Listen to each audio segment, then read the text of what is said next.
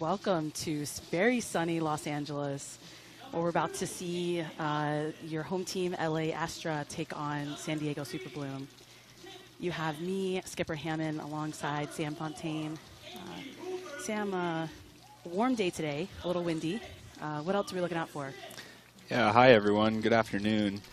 Well, this is a rivalry game between the two SoCal teams in the Western Ultimate League who've had different experiences this season. Astra is eliminated from playoff contention, and the San Diego Super Bloom have locked up the top spot in the Western Conference, so they'll be heading to championship weekend next month. Yeah, absolutely. And we're seeing some players here and some highlights now from the last time LA and San Diego played, with San Diego taking a very commanding lead, but not without LA Stars trying to, pun intended, some LA Stars trying to shake some things up. Yeah, the beginning of that earlier matchup this season saw Astra come out of the gates swinging, and they converted a couple of breaks and took an early lead before the Super Bloom made a comeback and ended up running away with the game. So what do you think the keys to the game are going to be today for the Astra to try to keep it more competitive, Skipper? Well, I think, like you mentioned, today's outcome for both teams it's already determined.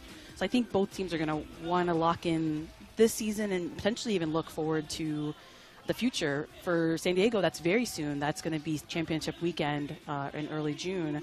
For LA, it's, as you see, a couple LA Stars on the fields do some cool moves. But yeah, LA is going to want to try to win this matchup for themselves and also, get their team maybe geared up for a future season.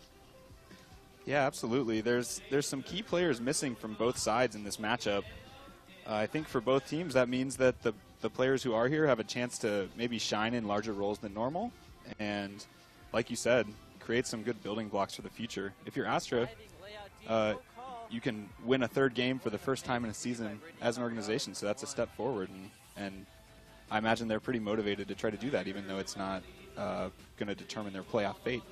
Absolutely. I think that there's still athletes that are hungry on the field, no matter if you're playing for potentially next season, or even just for today, for this good game, or championship weekend where you're San Diego and you're kind of maybe grinding out some things and making sure you're heading into that weekend fully prepared.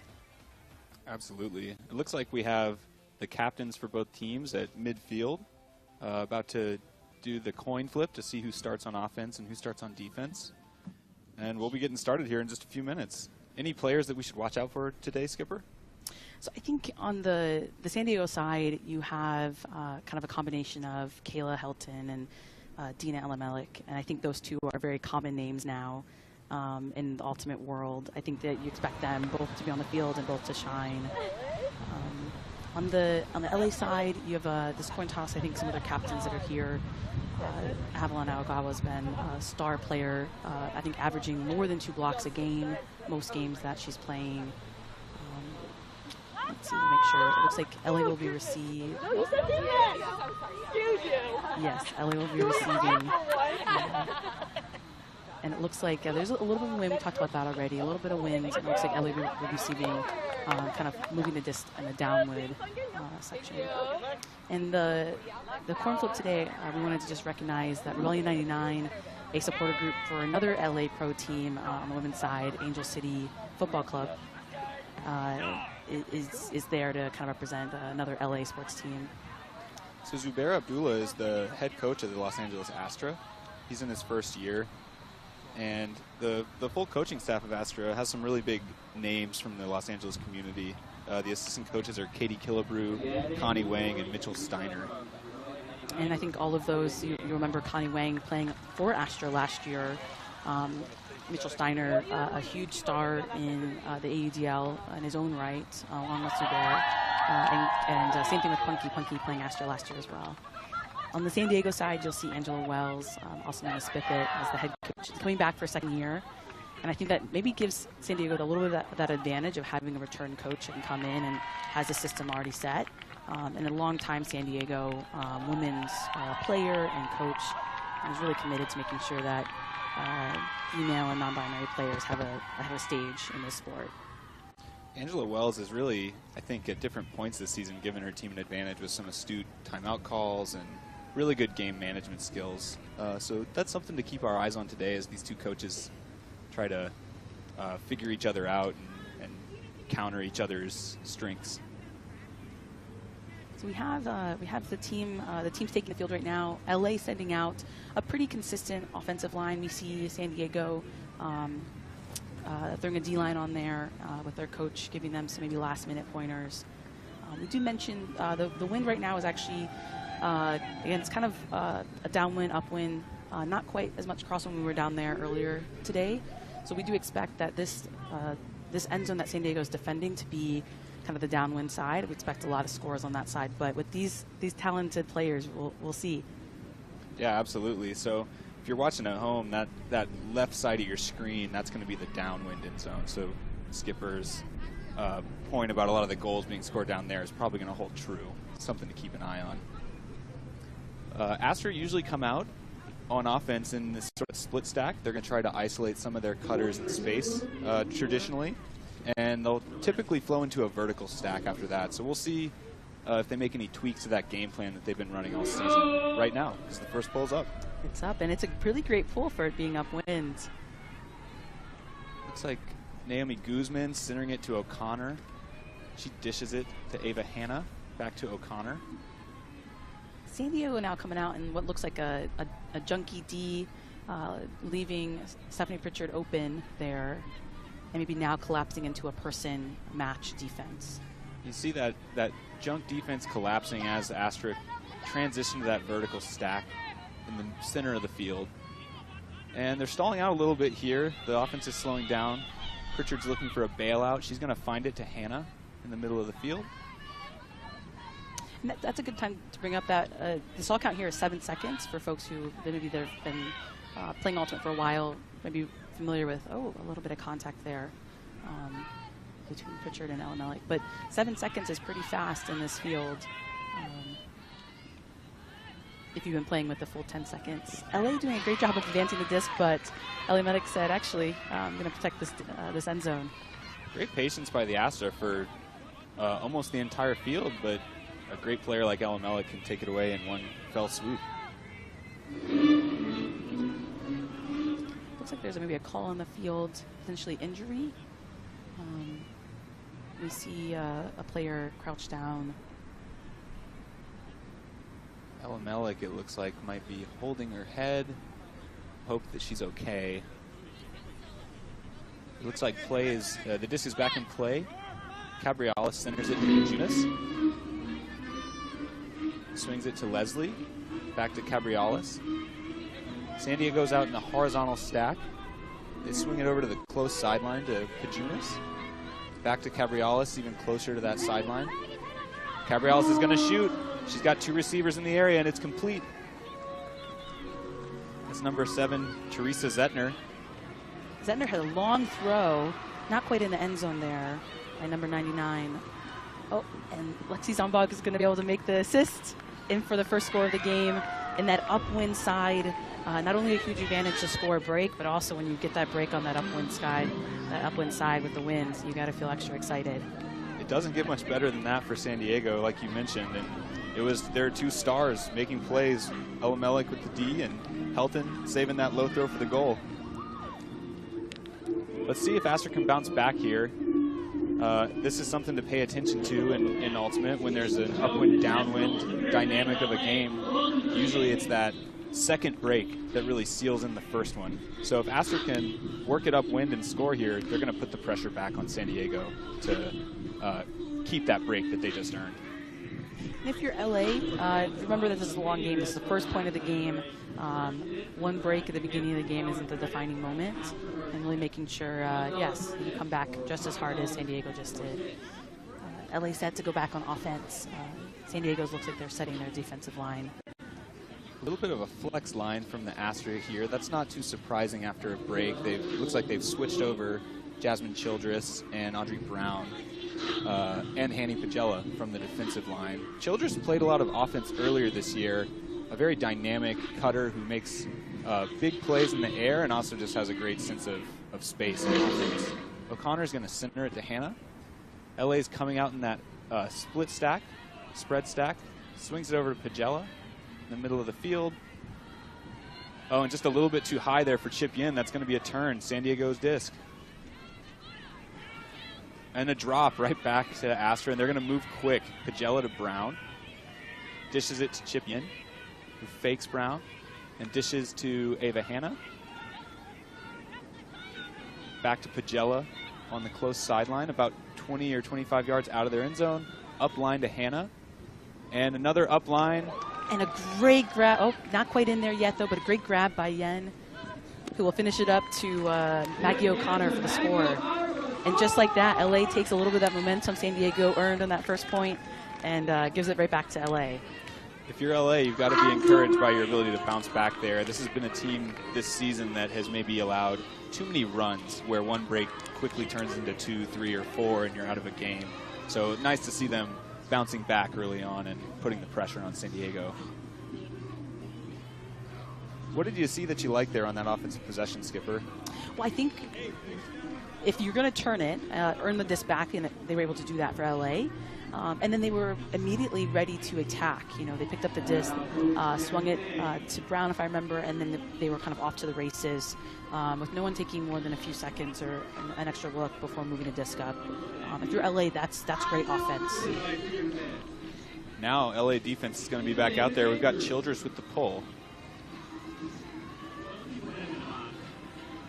Nice pull, stays in bounds. Ishii is going to pick up for San Diego. Immediately centers the disc. To Willis, and Willis will send it then to Deanna Abrams. Abrams with a longer hold, but able to find Diaz. Nice pressure from Astra to start this point. Helms on the mark. Dishes it back to Diaz, who's moving quickly now. Back to Willis. Up to Elimelech. Great to see Ellen Ellick back on the field after that injury call. Two around throw with that extra wind. Maybe didn't have the throw that was planned. A big throw by LA and an easy D there by Ellen Ellick. That's 2 times after San Diego turnovers that Pagella's picked up and tried to go quickly. It didn't work out there, but you've got one of your best receivers in space. Granted, they're being guarded by the other team's best defender. Yes. But, you know, taking those shots on goal can really help to swing the momentum when you're a little bit of an underdog, so I don't mind the look. How about you? And I think it forces San Diego, right, to take that the full field right now to go score. Absolutely. Diaz has the disc, dishes it to Ishii, swings it to the middle. That's Willis. Nice break pass to Dabowski. Big long throw now to Abrams. Disc kind of floating back. LA able to easily defend that. Nice D by Cam Helm. Swings it to Agawa. Up to Pagella. LA's trying to get their offense set. Back to Agawa. And I think for LA, these two just seem to work so well all season together. Agawa kind of being sometimes a hybrid player of sorts, and LA finding to Brown there. But you know, I think if you have some confident D-line handlers, you're really able to kind of take advantage of some of these break opportunities.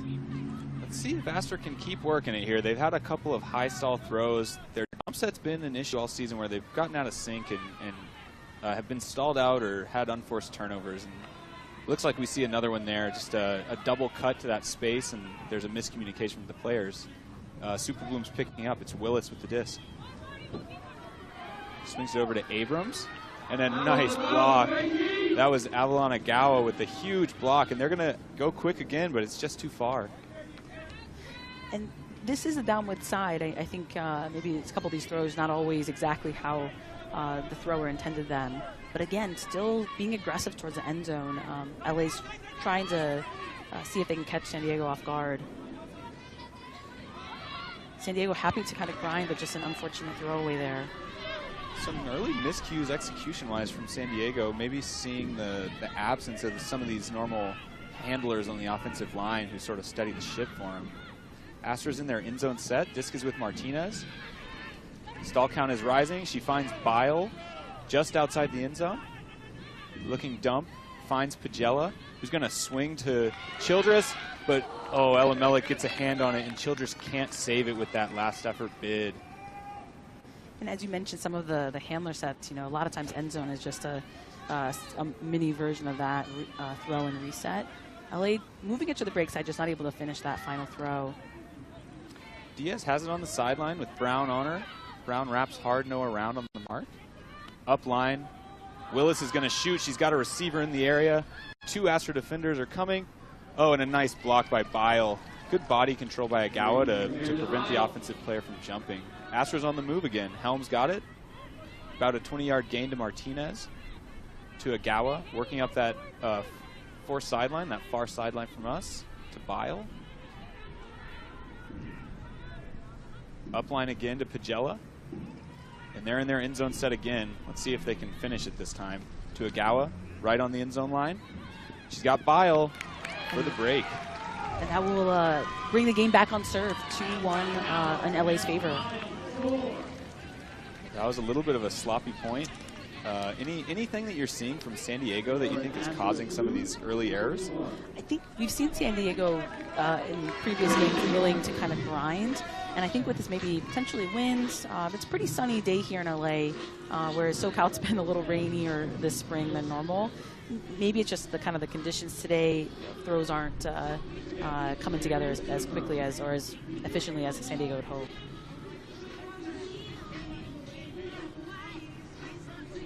Nice 2-on-1 there by the Astra players. They sort of sandwich the offensive player and prevent them from making a play. And then just nice clinical upline attacking on the end zone set. Absolutely. And in that replay, we see a little help D from Diaz, just not able to get there in time to prevent the score. LA now playing their first defensive point of the game. On serve now, 2-1 LA. Halverson with the pull. It's going to get just past half field. Looks like San Diego is coming out in a split stack with Helton and Stambaugh on the close side of the screen. They're going to dish it to Leslie. LA's in a junk defense to get them out of their pull play. Up to Pajunas around midfield. Inside, nice inside to Cabriales for a gainer. And a hammer. Great field advantage there for that hammer.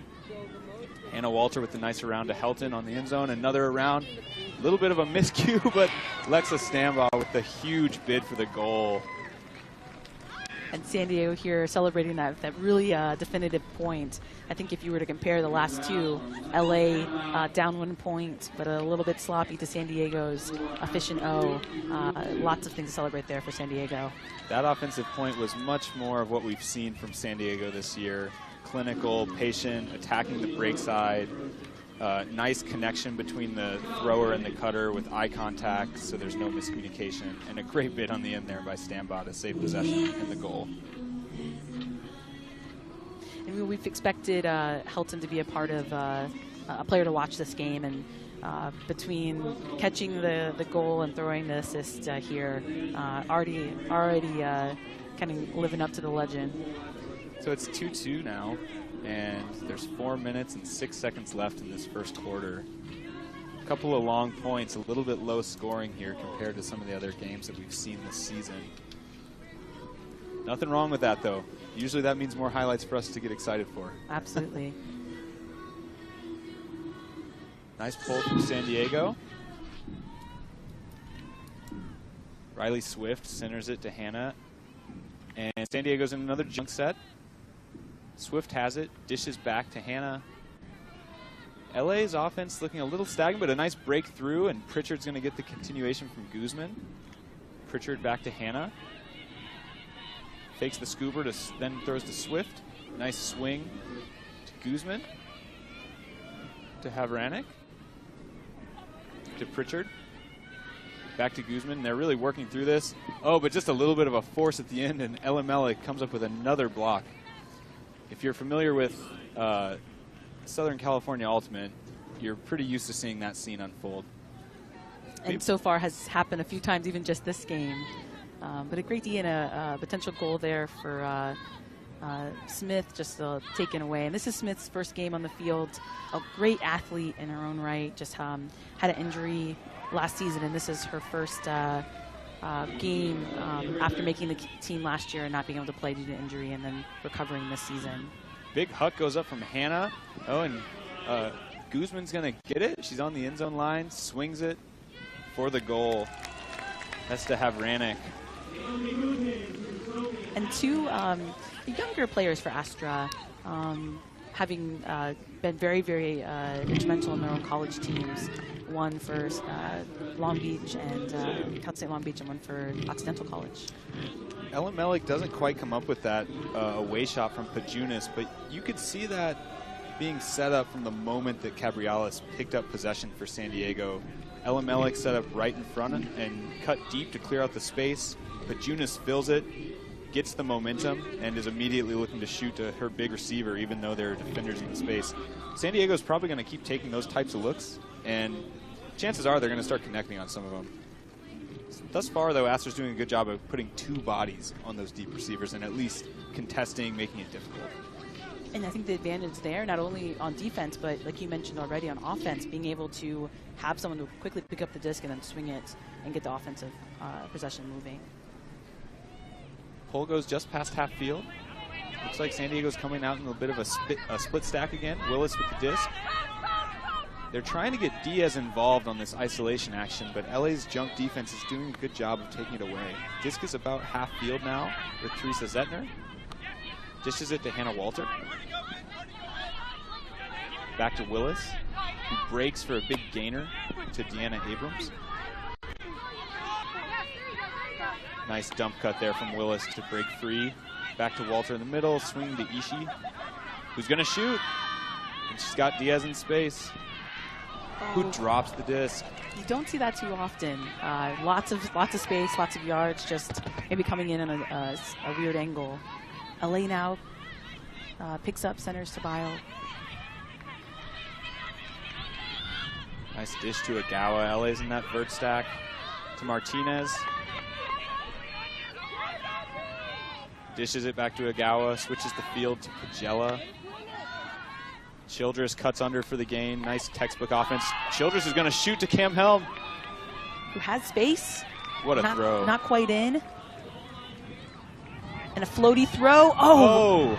Bile is able to grab it. It looks like they're going to call it in the end zone. And a great grab there by Meredith Bile. Wow. I mean, I think that was really, really textbook offense from Astra's D-line there. They worked it side to side in their vert stack, got the big gainers as momentum shifted laterally across the field, and then Childress with an absolute perfect huck to space for Helm. With yards to spare, Helm was catching the disc right outside the end zone with not a lot of pressure there from the defense. When that throw first went up, I thought Helm was probably going to have to lay out for it, but the touch from Childress really made it easy on the receiver. And I think that sometimes when you're throwing into the wind can kind of slow it down, which can sometimes give the defense the advantage. But there was just perfect touch, like you mentioned, and gave Helm the opportunity to reel it in and then throw the assist there. It seems like Astra's got a little bit of a momentum, and I will say this is the biggest crowd for an Astra game this season, and the crowd seems pumped up. They've got some boom sticks, and there's some sort of Nerf rocket that's getting shot off into the air every break that Astra gets. So absolutely, they're feeling the energy right now. San Diego centers to Cabriales. Back to Leslie. Nice gainer there on the dish pass. Back to Cabriales. Scuber to Willis. Before game, coaches were saying Cabriales was a player to watch, and being very familiar with number one, I would absolutely agree. And we've already now seen two upside down throws completed, perfection. Definitely a steady handler who has crafty throws and is able to save the offense. And right now is a few yards out from their end zone. Oh, but unfortunate throwing it right to the defense, and LA's off again. The commentator's curse on that one. I know. But nevertheless, that was we might call that a visionary throw, and I think that Cabriales has great field vision and is bold enough to take some of those shots. If a big shot goes up from Astra, it's going to be too far. As you mentioned, though, every time they're turning it, it's on these away shots that's forcing San Diego to work with a lot of yards to score, and it's been effective so far. LA defense now looks like they're coming in a zone set. Cabriales has the disc. Scuba again to Helton. Swings to Leslie. Back to Helton. To Cabriales. We'll have to keep an upside down throw tracker. I think we're 4 of 4 right now in completions. We'll talk to the graphics department about that one, see if we can get a ticker. Oh, and a big turnover as they try to throw through the zone. Pagella picks up and goes quick. And it looks like that might have been the end of the quarter, right? So as long as the possession is kept, the team can continue playing. But if the time goes out, as it did when San Diego had the disc, then LA won't get to play that possession out. And so we end this first quarter, San Diego 2, LA 4, and lots of highlights already this quarter, and lots of great game left to see. Yeah.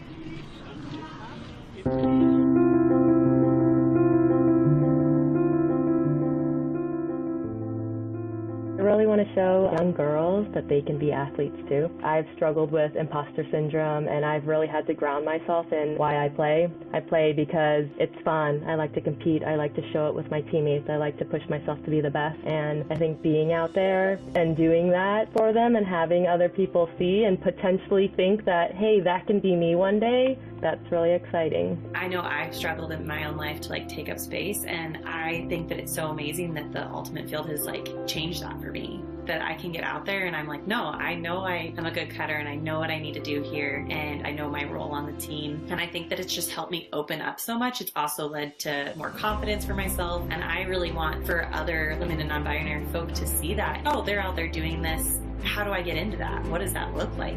What's my role there? I really liked a combination of both endurance and shorter, more competitive sprints, and then also going up directly against players. And I think that also is what attracted me to Ultimate as well. Understanding what you're capable of doing is just a really great experience that kind of drives you to just get better at those individual skills in sports. My Ultimate story, I've been fortunate to have coaches and friends and the community to encourage me to be the player that I am today and ultimately fall in love with the sport of Ultimate. So I hope that the Western Ultimate League, like this program we have today, the Open Side, we continue to connect and welcome new fans and future players and continue growing this community that we all love. I think hopefully one day that someone will fall in love with the sport as much as I love it. I think that's the biggest thing for me, is just knowing that we're giving an opportunity and visibility to the sport for young women. Let's go one more time. Oh, yeah! Oh, yeah! Baby! Podium! Welcome back, everyone. We're here for the second quarter of this final game of the Western Ultimate League regular season for these two teams, the Los Angeles Astra and San Diego Super Bloom. Astra with a 4-2 lead after the first quarter. They got broken to start the game, but since then they've really picked up steam and have started to dominate this game. I think LA, knowing that this is going to be the last time to take the field, maybe they're relishing in that and having a good time, and I think it's showing in some of their execution. We've seen some messy points. We've seen some perfect no-turn points, and so I'm excited to see what the rest of this game gives us. Astra with the pull from Childress. Ishii's going to pick up and center to Cabriales. Astra is in matchup defense right now. Zetner with the disc. Nice dump defense from Pagella, but they get it off to Ishii. And just a little bit behind Elimelech. It's going to be another turn. And Astra's moving quick. Childress has the disc. Centers to Pagella. Astra's stack is a little bit clustered and disorganized, and it leads to a turn on this tight throw to Cam Helm. Cabriales is picking up quick and is going to shoot to Elimelech. Perfect throw. Put it on a platter for Elimelech. Let's see if they can finish here. Diaz is churning up line. Biles in close pursuit, but Diaz gets the better read on that for the goal. A little bit of upwind support there by the wind to kind of push it on that break side. Great pressure there by LA. And we'll get to see the goal again. An early turn, an unfortunate turn there. LA has their gets a turn in return. Deep throw there, caught by Elimelech. Just has to wait a little bit till Diaz can make that upline cut. You know, Astra's trying to move really quick after these turns, and it has been working out for them. That was maybe an instance where they kind of got caught in between fast breaking and getting set, and there was a little bit of disorganization, and things got a little bit mucked up, I would say. Yeah, and just I think sometimes a little execution error, just not not able to kind of bring that disc into the breadbasket, as we say sometimes. Yeah, absolutely. We've got Astra sending out, it looks like a traditional O-line, no crossovers. This O-line hasn't been out on the field in quite a while. Let's see if they're still loose and focused here. Guzman's going to pick up and center it to Hannah. And it looks like San Diego is coming down in that junk defense again to stop the Astra pull play. Hannah and O'Connor working it together. Another dish to O'Connor. Back to Hannah, back to O'Connor. They're working it inside of the zone, inside of that first layer of the zone, but not really seeing many continuations through right now. Not making much progress. A nice scuba from Hannah across the field to Guzman. I think LA was saying, hey, it's working for San Diego. We better try ours out too. Another one. You're right, they really learned from him, huh? O'Connor's got the distance. He's going to shoot to Pritchard. Elimelech is in pursuit, and the pressure forces the drop from Pritchard. And unfortunately, we went back to kind of execution. It looks like it hit the player's hand, just not able to bring it in there. But I'm sure if you're LA, again, you're excited that you forced them to have another full field to work it up, and you're excited to kind of play D and get it back. Cabriales has the disc, swings it to the far sideline. A little bit of a high stall. Elimelech toes the line. Gainer to Pajunas, who has to lay out to save the catch. He's going to shoot to Cabriales. Tight coverage, and Chip Yin's going to come down with that one. Looks like San Diego will stick with their person matchup. O'Connor's driving deep. Guzman has the disc. Dishes over to Lee. Oh, just a little bit too far, and now San Diego's going to have a chance to potentially fast break. Helton's working to get to that disc fast. And we've seen now a couple times, I think once from LA and once from San Diego, that swing throw from the handler set just not working out. I wonder if the wind is maybe adjusted a little bit to a crosswind type of wind, as opposed to just the true traditional downwind upwind. Pushing those throws down a little bit. Yeah. So we'll have to watch for the rest of the game. We're seeing a lot of those overhand throws working out, but those around throws not as efficient. And then, as I say that, a turn on the upside down throw there by LA. Hannah is trying to follow the example of Cabriales, but can't convert on that one. Cabriales is going to pick up. Nice break throw to Pajunas, but it's just going to die. That wind is pushing it a little bit side to side now. You're right, Skipper. O'Connor's picking up. That zone has O'Connor trapped, but she finds a great hole through, and Pritchard just can't bring it in. A really nice throw from O'Connor. Nice vision. Cabriales swings to Leslie, who drops it right back. We're seeing, again, we're just seeing a few execution errors here, from both sides to kind of give some back and forth action. Hannah's got it. O'Connor a little bit too close, and the stall count rising. Just can't find a receiver. LA seems a little bit out of sorts with this San Diego zone at the moment. They're having a hard time swinging it off of that sideline where the wind is sort of pushing into their face when they try to break around.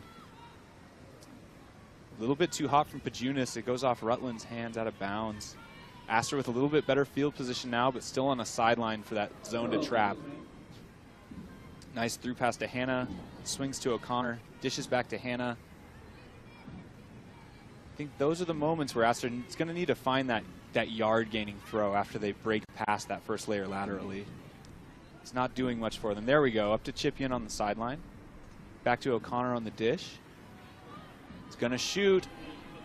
Elimelech was baiting that one and puts a body on the deep receiver and forces the misread. Just a tight throw there with a good deep defender in that space. Absolutely, and a great job by LA's kind of throwing regiment to kind of move the disc to the sideline and try to see if they can shoot it deep, but just an unfortunate spacing and a great defensive positioning by San Diego. Cabriales with the disc. finds Rutland. Swings it to Leslie. Up to Elimelech, to Helton. Helton finds Leslie in the middle of the field. Up to Rutland for a nice gain. Back to Helton. San Diego's offense really flowing comfortably right now.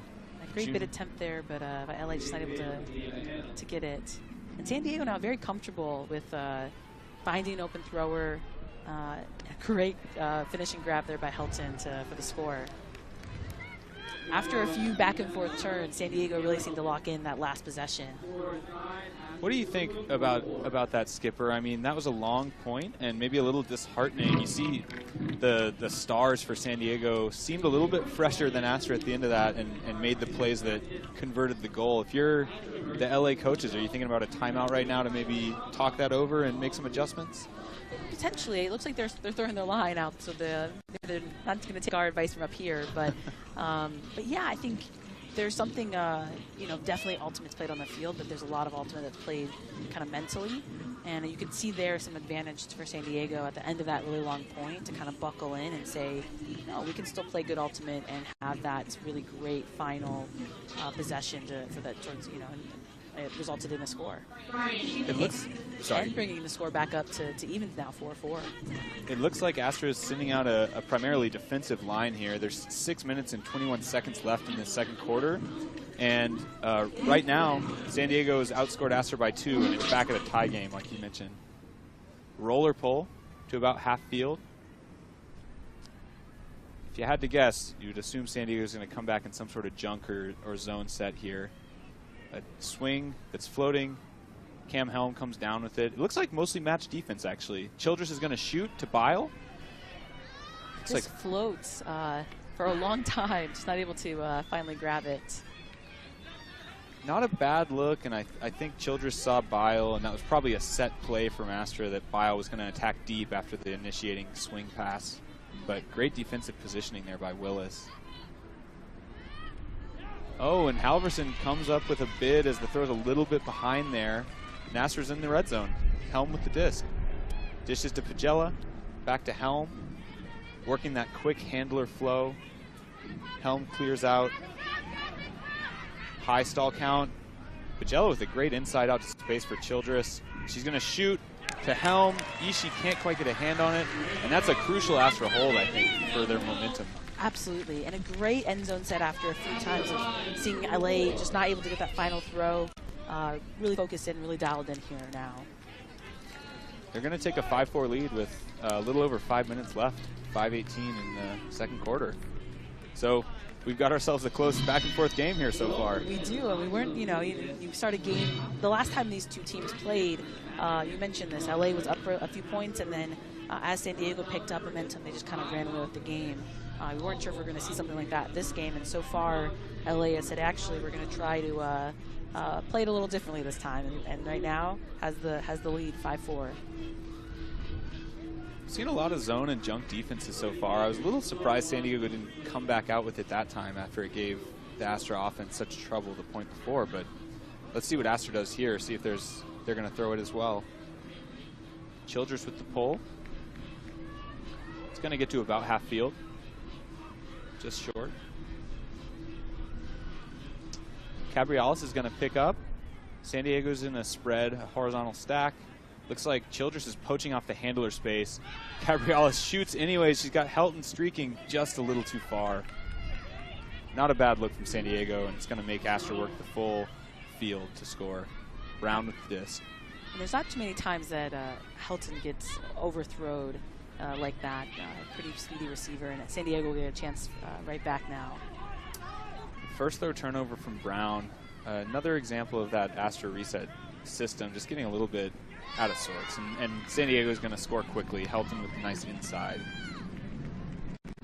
Figured you can't catch the score again. You throw the assist. Another stat for Helton today. We're not surprised by it. You're probably not surprised by it at home, but Helton's made a huge impact so far. Absolutely. 4:35 left in the second quarter, and we've got a tie game again at 5-5. Looks like Astra is going to Astra's going to send out a traditional O-line here. Looks like they had a chance to talk in that last point of what was going wrong, so we'll see if they can make those adjustments. And as we talk about Kayla Hilton a little bit ago, we get to see some prime action here of just the impact of this game. This first point, kind of digging the disc out of the ground for the goal. And then Stombog just not in there yet, able to throw that. That was the first one.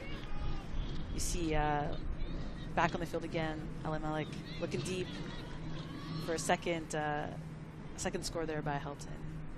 So we're back in play here. O'Connor's picking up. It looks like a little bit of a junk set downfield for San Diego. Astra's going to send it to Chip Yin.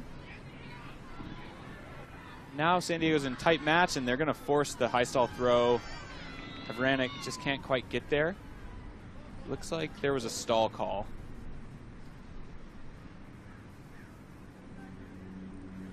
Looks like there was a contested stall, but observers have said it was not a stall, so it will stay in the backfield. So San Diego's got the full field to work with. Cabriales picking up. That's someone you want with the disc in their hands, going upwind. Dishes it to Leslie. Nice break through the middle to Stambaugh. Floaty throw, just Lee just not able to get there. That's a slight height differential between those two players, but still putting lots of pressure on. Stoppage on the play, on the field, excuse me. Pick call, it looks like. The defender's going to catch up, and we're going to continue play in just a moment. Here we go. Disc is in. Upline to Leslie from Helton. Cabriala is just a little bit too high and bounces off her hand.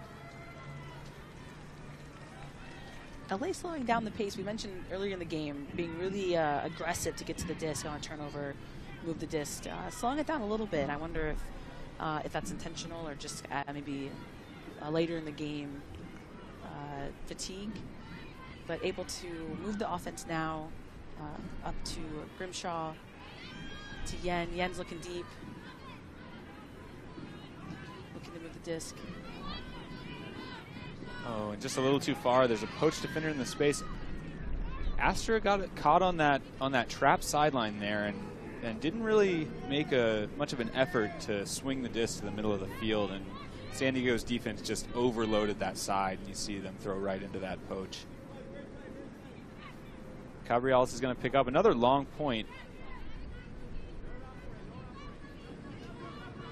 2 minutes remaining in this quarter. Clock is running down. A hammer from Cabriales to Pajunas. Great awareness from Pajunas. The defender didn't know it was in the air, but Pajunas couldn't quite get there, and we have a stoppage, probably a stall in the play, I would guess. Can't quite see their hand signals.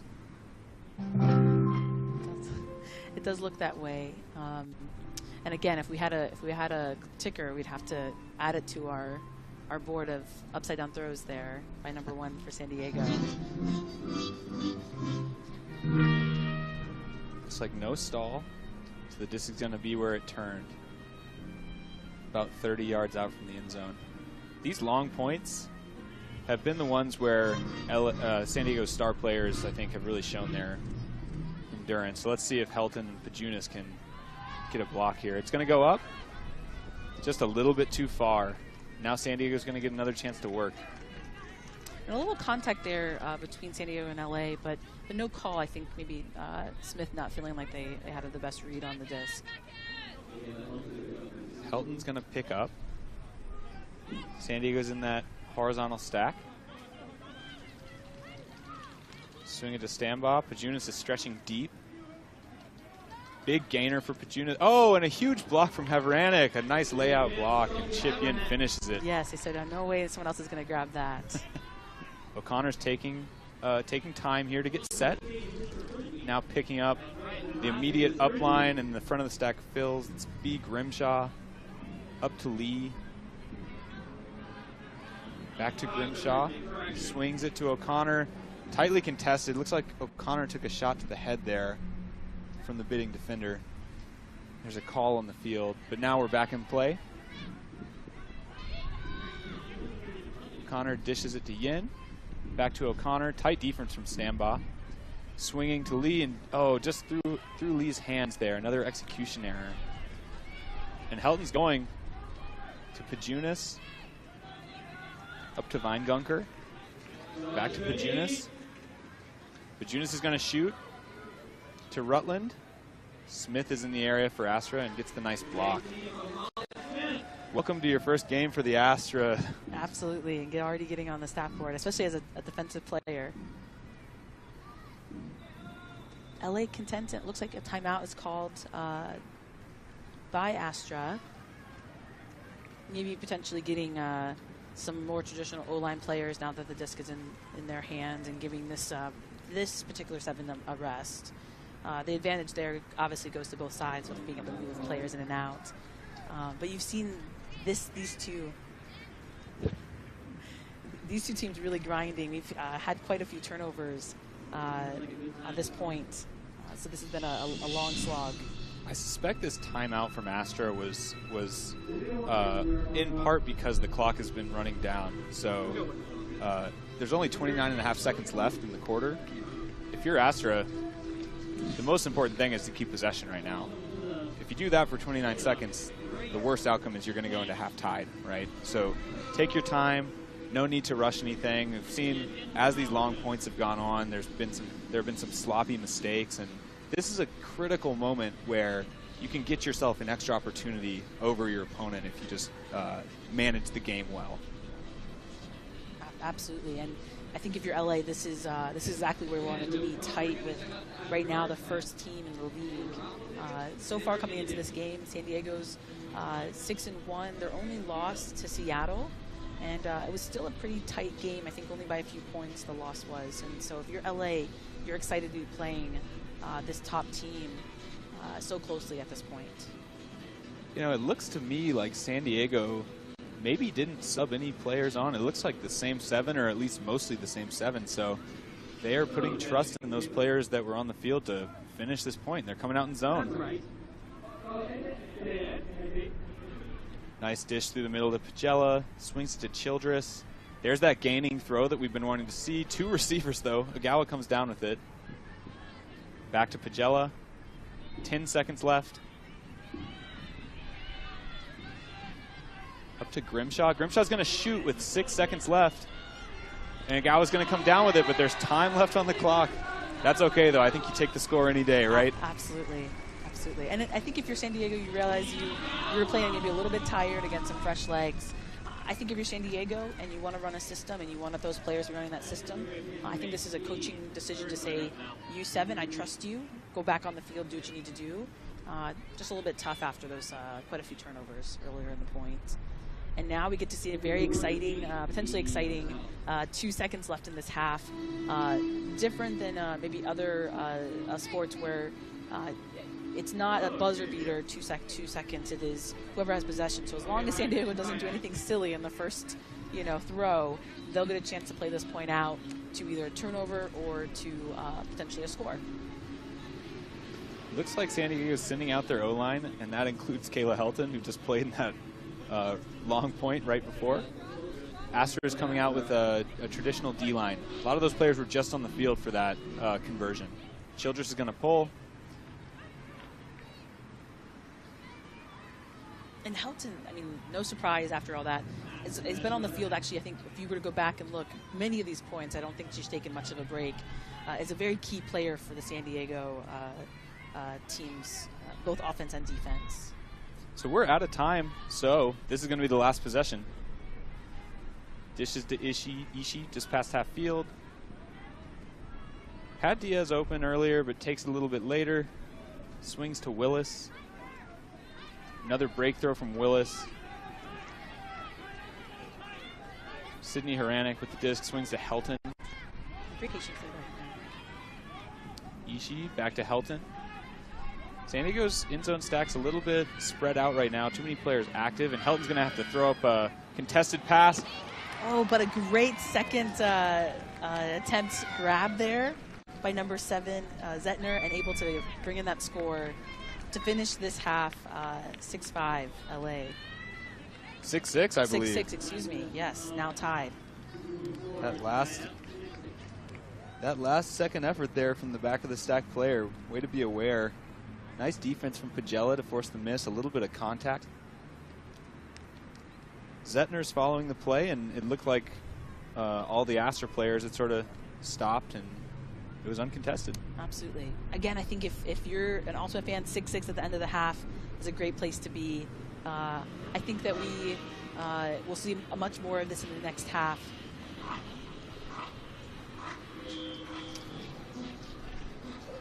We're gonna have an interview with one of the Astra assistant coaches, Katie Killebrew, in just a moment. Before we go down to her on the field, any adjustments that you'd like to see right off the top of your head? We can talk about this later too. Yeah, I think if you're either team, you want to clean up some of your possessions. I think your point, like we had 2 points ago, where there's 7 turnovers. You want to clean that up on both sides. I think LA, if you're LA, keep having fun. Now I think down to the field to talk to LA's coach. Hello, I'm Katie Killebrew. I'm one of the coaches for Astra. Hi, how you doing? How was that first half for you all?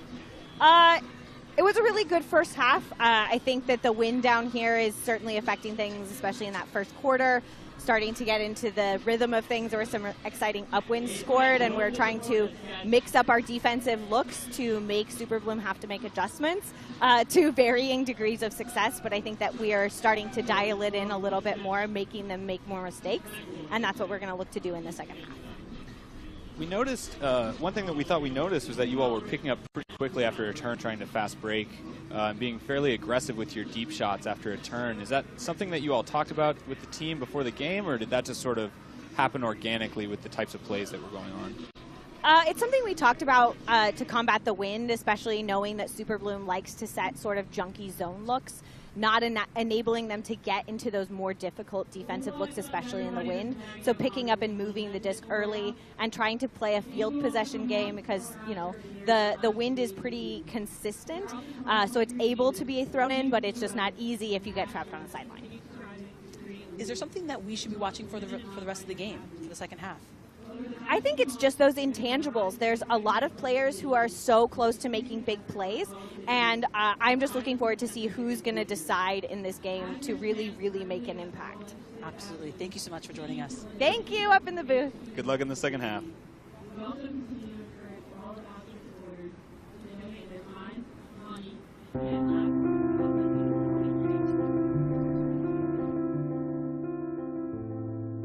I really want to show young girls that they can be athletes too. I've struggled with imposter syndrome, and I've really had to ground myself in why I play. I play because it's fun. I like to compete. I like to show it with my teammates. I like to push myself to be the best. And I think being out there and doing that for them and having other people see and potentially think that, hey, that can be me one day, that's really exciting. I know I've struggled in my own life to take up space, and I think that it's so amazing that the Ultimate Field has changed that for me. That I can get out there and I'm no, I know I am a good cutter and I know what I need to do here and I know my role on the team. And I think that it's just helped me open up so much. It's also led to more confidence for myself, and I really want for other women and non-binary folk to see that, oh, they're out there doing this. How do I get into that? What does that look like?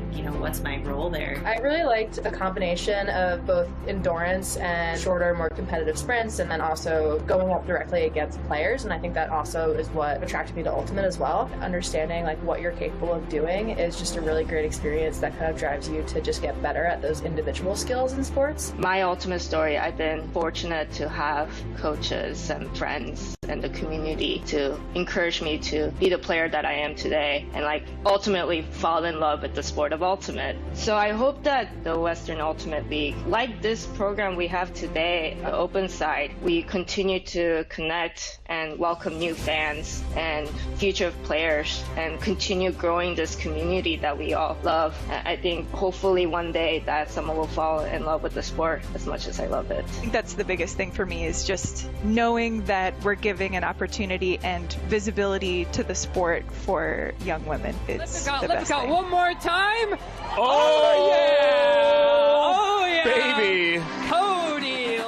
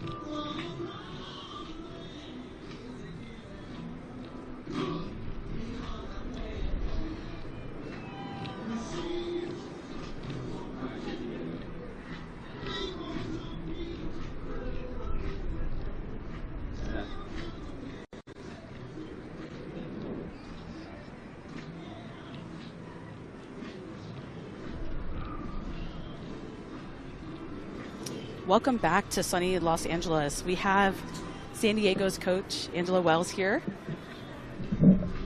Hello. Hey. So tell us your mindset going into the game, and did you think you accomplished some of that this first half, excuse me? Our mindset was to meet some of our metrics that we have, end zone conversions, break conversions, and all those numbers are nice, and those stats are wonderful, and sometimes at the end of the day, you're just in a dogfight to try to win a game. I know every WL game looks windy, but I can promise you that this one actually is windy. That doesn't mean that we should be throwing away things or dropping things, so we're going to try to clean that up a little for the second half, have some nice one-possession scores, force some turnovers, and then convert some breaks. Absolutely. We talked before the game, and we talked a little bit about the stakes of this game on both sides. For you all, though, it does feel like this game is higher stakes, if only to get ready for championship weekend. Is there something that the fans out there should be looking forward to seeing the second half that San Diego's going to bring to this game?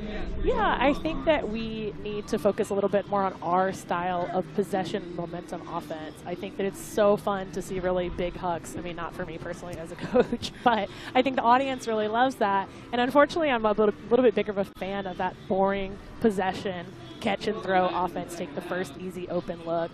And I think that sometimes when that doesn't work out for us, we get a little bit frantic and are trying to do some things that are a little bit out of our repertoire, our system. And Frisbee, there are 7 folks out there with you, right? It's all about the team. It's not about who has the biggest throws and the best catches. It's about how well we're playing as a system. So I hope nothing super exciting happens. I mean, I know the fans always want that, but personally as a coach, I want to keep my heart rate low and keep our possession and throwing rates high. Absolutely. Angela Wells, thank you so much for joining us. Thank you so much. All right, we are back here with the start of the second half. We're going to have the LA Astra starting on offense, sending out a pretty traditional offensive line. And attacking that upwind end zone this time. So we'll see how this LA offense looks after maybe a little bit of a shaky second quarter. Yeah, I think if you're LA, you scoring 2 points that quarter versus San Diego's 4, reframing that back to saying, hey, we're equal. It's kind of 0-0 going into this half, and we're getting the disc. We should be able to grind. And it looks like LA's doing just that on this first possession. It's that same San Diego zone that we've seen a few times. Astra swing around the outside, dish back to O'Connor. Looks like a turnover. Trying to throw through the cup, and Kayla Helton gets a hand on it. Cabrialis is picking up. Free pass to the middle of the field to Willis. Swings it to the high side to Stambaugh. Gets the bailout dish to Cabrialis with Chipien in close pursuit. Up to Pajunas, about 10 yards out. Pajunas swings to the middle of the field to Willis. Continues to Helton. That disc was bouncing up and down in the wind a little bit, and it caused Helton to maybe lose it for a moment at the wrong time. LA's working fast. A receiver free, that's Amy Lee. Comes down with it about 25 yards out of the end zone. Is going to continue. The wind is going to help. Oh, and Pritchard with the huge bid, but it just bounces off the hand. And that was a great throw there by Lee to kind of lead the cutter into space, just a little bit too far there. Pritchard not able to kind of really ring that in, but a great layout attempt. And San Diego now, again, for a few times this game, the full field to work it down. And Ava Hanna says, actually, no, we're gonna keep the disc right here. Willis tried to break the mark to Helton there, which normally is a good idea, but Hanna was right there in the picture and got a hand on it. Let's see how this Astra end zone set looks to start the half. Hanna breaks a nice shot around. Looks like that's Guzman's going to continue. And Yin towing it in on the break side for the nice, really textbook end zone offense and goal for Astra. Absolutely. And LA not shying away from that upwind point, really taking advantage of the field position on that short field turnover and executing well. We'll get to see here that kind of bobble, uncharacteristic, and another little bobble there before this final throwaway, and LA is able to bring the score in. Guzman to Yen. Again, mentioned them earlier, just some of the younger players on Astra really commanding the field there. Hanna is a player for Astra who is really comfortable breaking the mark, and I think throughout the season, Astra's run into trouble when they get stuck on that sideline and their dump set gets out of sorts. So, Astra probably would see some benefit from letting Hannah pick up the disc more in those situations and get the offense started. Very comfortable getting the disc out of that tough situation into a more offense-friendly situation in the middle of the field. Absolutely. And just such a low step out there, able to very confidently get the disc over the Guzman. LA now on defense. Coming out in a junk or a zone look of their own. Ishii has the disc. Abrams crashes through the cup. Back to Walter. Quickly swings it around to Elimelech. Oh, and Elimelech's throw just pops up over Diaz's head. Brown has it immediately, points to the end zone, but decides not to take the shot and swings to an open Childress, who gains about 20 yards to Bile. Back to Childress, working up the line. Pagella up line. Walter with a nice bid, but just out of reach. Pagella takes advantage and switches the field to Brown. It's going to continue it, but the throw's going to float up. Oh, and off Bile's hand.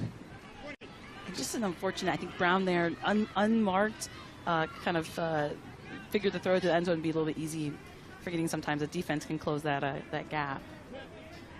It seems like when throwers aren't quite driving those throws, they're really bouncing up and letting the defense back in a little bit. Ishii to Walter, working through that cup.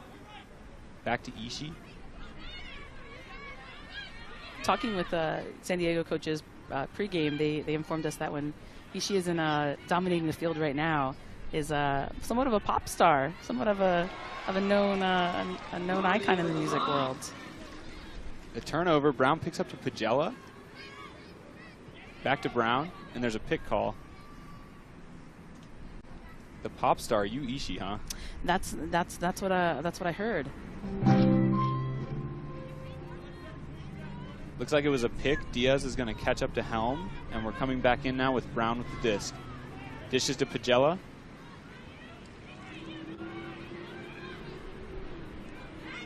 And Ishii with the block. That, compared to that last end zone set for Astra, that seemed to really break from the system, I think. A little bit of Pagella and Brown trying to work with each other over sort of following the rules and structure of the system. San Diego is back at it. Abrams with the disc. Dishes it to Ishii. They're having trouble finding holes through this zone, it seems. They're bouncing and dishing the disc a lot, but not really gaining much from it. Back to Abrams. Faking upside-down throws back to Ishii. And sometimes, right, when you have a zone look like this and you're playing offense like San Diego is, committing 4 people in the backfield can let you have some swing options like they just did here to Elimelech. But that usually means less people upfield. Now able to break through. Diaz looking for a dish and Walter. And San Diego now feeling a little more confident throwing through LA's defense. Astra just got that zone set again. You're right. San Diego really found some momentum there, and Astra was struggling to keep up. It seems like they've stopped the momentum for now. Let's see if San Diego can repeat the same thing that just gave them that success. Back to Elimelech for a loss. Oh, and a huge block from McGowan, but it looks like a foul called by Abrams.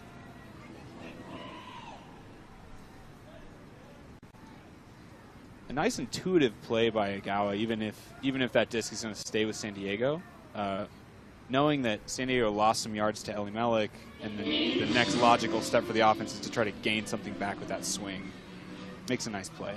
And we got to see that play again. Definitely great pressure there by Awagawa. Just, maybe not able to determine if it was a clean shot or not. San Diego now confidently working the disc up, finding open players. Walter's got it right now on the trap sideline and gets hand blocked, but Ishii may have saved it. There's a stoppage to determine. It looks like it was down. Nice hand block. I believe that was Helm on the mark there. Didn't quite see it. Helm's picking up. 10-yard gain to Brown. Brown throws a nice inside, but it's dropped by Agawa. Walter's working it with Ishii. Trying to work before that zone gets set. But now it is. Elimelech goes up for the high pass. Swings it, but the player's feet were on the sideline, and that's going to be a turnover. Yeah, an unfortunate turnover there. You make the grab, just not able to bring it in on the right side. High disc. Oh, but a great grab there by LA. Meredith Bile able to bring that in. First point, I believe. Second point of the half. It's been a little bit of a turnover there. With 5:40 left, LA up 2, excuse me. You know, that's 2 or 3 times this game where LA has challenged Dina Elimelech in the deep space, and that time Bile goes up and makes a great grab for the score. And this game, that's felt a little bit 50-50. Another look at this potential block that did go back to San Diego. And you'll see this great grab. Bile not afraid of the height that Elimelech brings and just brings it down confidently. And Childress is hyped for her teammate making that play. Absolutely. And, you know, you throw the assist, you get a little excited. Yeah, why not, right? Sometimes you just got to let the receivers help you out and get you on the highlight reel, too. Absolutely. And going back to Elimelech, you know, been such a dominant force in that end zone. I think block after block, it's probably been 3 or 4 this game. So it's not, you know, it's not a trust throw in some ways. You really are challenging, but that one just worked out in LA's favor. Pull is up from Guzman over half field. One of the longer pulls we've seen go in that direction today. Leslie's picking up, centers it to Willis. Looks like tight matchup defense from Astra. Pajunas with a nice grab to save possession, breaks the mark to Helton. And Helton's got Diaz on an island and is taking the shot. Nice space throw for the easy goal. And that was another one where, potentially because Diaz is an offense, but just a nice read. I think maybe if LA defender had read it a few seconds earlier, would have had the chance to then go attack it. But Diaz already in that space, already with a great read and a nice hold. Very efficient hold there for San Diego. Every time that it seemed that Astra has been gaining a little bit of momentum, it seems like San Diego comes back with a set play that puts Pajunas, Helton, Elimelech, or Diaz right in the action and let those superstars go to work and get you an easy goal to stop that momentum and put the pressure back on Astra. Absolutely. And I think if you're any team in the Western Ultimate League, it's really difficult to have to guard just those 4 players effectively on the field, and let alone all of them kind of one after another. The disc gets into their hands, and then they're just so confident moving the disc to the next teammate. And it looks like a lot of those players that were just on that hold for San Diego are staying for defense. Pajunas and Helton are out there. Leslie and Cabriales are staying out there as well. Those two have been working really solidly in the backfield all game as handlers for San Diego. San Diego with a nice deep pull of their own and going upwind. It's like Astra's in that classic split stack that they like to run, but San Diego's got a little bit of a junk to take them out of that pull play. Swift is going to shoot. O'Connor's going, but Helton was baiting it in the deep space and has nice body positioning to get the easy block. Made it look easy. Probably wasn't as easy as it seemed, though. Up to Leslie. Centers to Helton, who breaks around to Stambaugh. Nice bid from Havranek, but not quite close enough. Pajunas has the disc. Centers it to Cabriales. And this is upwind, but the wind looks like it has died down a little bit just in this moment, giving San Diego some of these a nice field advantage. Looks like there's a call on the field. Things were seeming to get a little bit high in the stall count, maybe a little bit of a high pressure situation, and the veteran handler Cabriales maybe drew the foul or the contact to reset the stall. Disc is back in, dishes it to Helton. Cabriales can't get open in the dump space. Helton throws the bailout to Pajunas, but there's a call on the field. I believe a stall might be the call.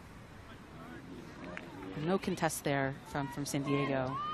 Excellent dump defense from Astra to stop those first 2 options for Helton and to get the stall. O'Connor to Hannah in the middle of the field. LA's in that vert stack. Back to O'Connor. They're getting a little disconnected here. Let's see if they can reset. It looks like they do. Back to Hannah. Fakes the around. Throws the tight inside. Pajunas bids, but just can't quite get a hand on it. Nice heads-up play from the stack. Pritchard has the disc. Dishes it back to Hannah.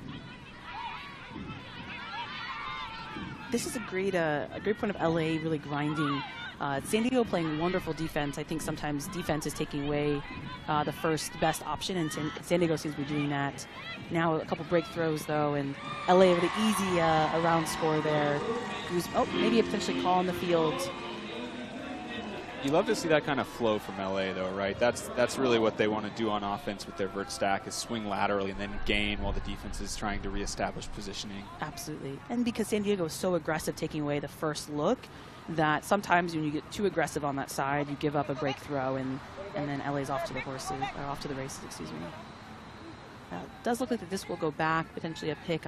I'm not sure if the call was confirmed, but disc will go back to Guzman. Yeah, it looked like I think you're right. Either a pick or maybe Guzman went a little bit upfield on that catch and traveled, one of the two. Oh, and a block on the swing pass. And I think Moore there was able to get in and kind of, two Astra players not quite sure who was going to go for it, and Moore said, I'll grab it instead. A lot of field to work with for San Diego. Cabriolas is going to shoot a bladey shot to Helton. It's complete around midfield. Offense is pushing past. These are those moments where the pressure can really rise, but she dishes it to Cabriolas, who's going to shoot again, a low laser of a shot. Completed to Teresa Zettner, right outside the end zone. Dishes it to Pajunas. Got Helton up the line for the easy goal. Yet another play for San Diego where their star players make some big plays, grinding with their legs and get the score that changes momentum. That's a break for San Diego, bringing the game back to tied. I think technically we're back to being on Sir with LA getting the disc, but you're right. I think San Diego is really relying on some of their star players who are just maybe a few bobbles this game, but just so consistent this whole season. And I think if you're San Diego looking to get ready for championship weekend, in June, you really want your star players to be, firing on all cylinders, like it looks like, Hilton and Pajunas really are doing. There's 2 minutes and 9 seconds left in this third quarter. And like you mentioned, Skipper, we're tied up at 8-8. This has been a back and forth affair with several ties, and neither of these teams can really create any separation. And you mentioned this before, both teams are missing some people. This is college regionals weekend here in the Southwest, so we do have a couple of college players on either side. We also have players who coach college teams that are away, and so we are kind of seeing some people fill holes and fill gaps that they might not normally do. But this has been great SoCal Ultimate today. Nice long pull from San Diego. Agawa is going to center it to O'Connor. LA is out in that split. The first pass goes over O'Connor's head and gives San Diego a short field. Walter's got the disc about 10 yards out. Swings it to Helton. And San Diego excited for this opportunity. They're cutting hard. You can tell they really want this break. And a hard throw there from Helton to a horizontal cut in the end zone that was a little too low for the receiver to grab. And O'Connor's got the disc, and LA's got another chance here. Swings it to Agawa, but it's another high pass. Agawa comes down with it. Great play inside to Childress to chip you in the middle of the field. And the way that San Diego seemed to be making powerful cuts, I think Childress's throw to Yen kind of said, hey, let's slow it down a little bit. Let's make sure we're working our system before an unfortunate turnover there by LA. Looks like the wind just got a hold of that one from Brown, but if you're going to turn it over, having it roll 25 yards further towards the other team's end zone is not a bad thing to happen. Walter's going to shoot immediately to Elimelech. Childress with the great block to get a hand on it. Going back to the stars, I think Childress for LA has been a star all season, making highlight plays like that. Another kind of floaty throw. Agawa able to bring it in. There's 50 seconds in the quarter. Centers it to O'Connor, back to Agawa. Not much happening downfield. Pagella is going to come from the front of the stack for a little gainer. Still not much happening. San Diego's really overloaded their defense on that forced side, making it hard for this vert stack to generate open looks downfield. Brown. Oh, and a great grab there by Brown. Oh, and steps into it, but just throws it a little too high, and Elimelech grabs it. Highlights back and forth there from Astra and San Diego. Brown with the great catch, and then Elimelech with the great read and D. Walter's got the disc now for San Diego. There's 12 seconds left.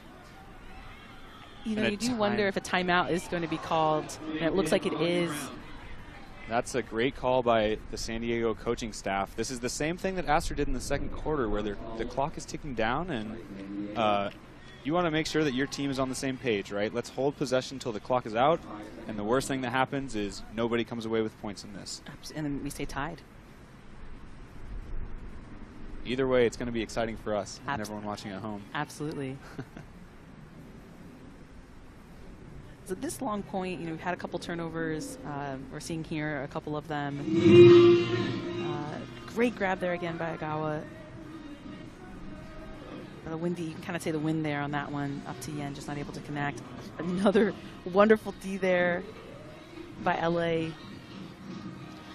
That show-stopping grab there by Brown, but this is an unfortunate throw.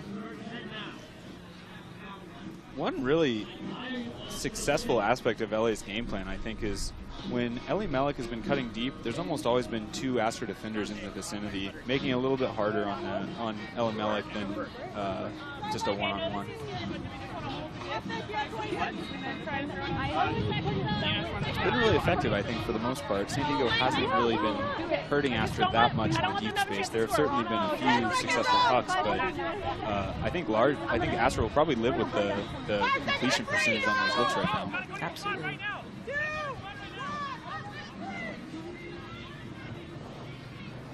Looks like we're going to have, I believe it's Willis picking up. Leslie is the dump for San Diego, and they're in a vert stack with Helton a little bit offset. And Astra's coming out in a zone, it looks like. Disc is in, Leslie's crashing through, gets the disc on the far sideline. Martinez is going to wrap hard, but the disc gets off anyways. Back to Walter. And we're out of time, so this is going to be the last possession. San Diego did what they wanted to at that timeout. They held possession, and now they've got a chance to score. And if they turn it, the quarter's over. And we're going into the fourth, tied, 8-8. LA says we're going to make sure we accomplish this, but won't count for the score. But LA, San Diego, 8-8 at the end of the third quarter. And this, this matchup where, last time they met, San Diego was just blowing LA out of the water. I think if you're LA, you're really proud of this performance, staying close with a team that is going on championship weekend and feeling like you can show that you still have it in you. Sam, I'm excited for the fourth quarter. Yeah, me too. I think this is going to be a really exciting finish to the Astra season, and we'll see if they can come away with a big win. Absolutely. We'll see you after commercial break.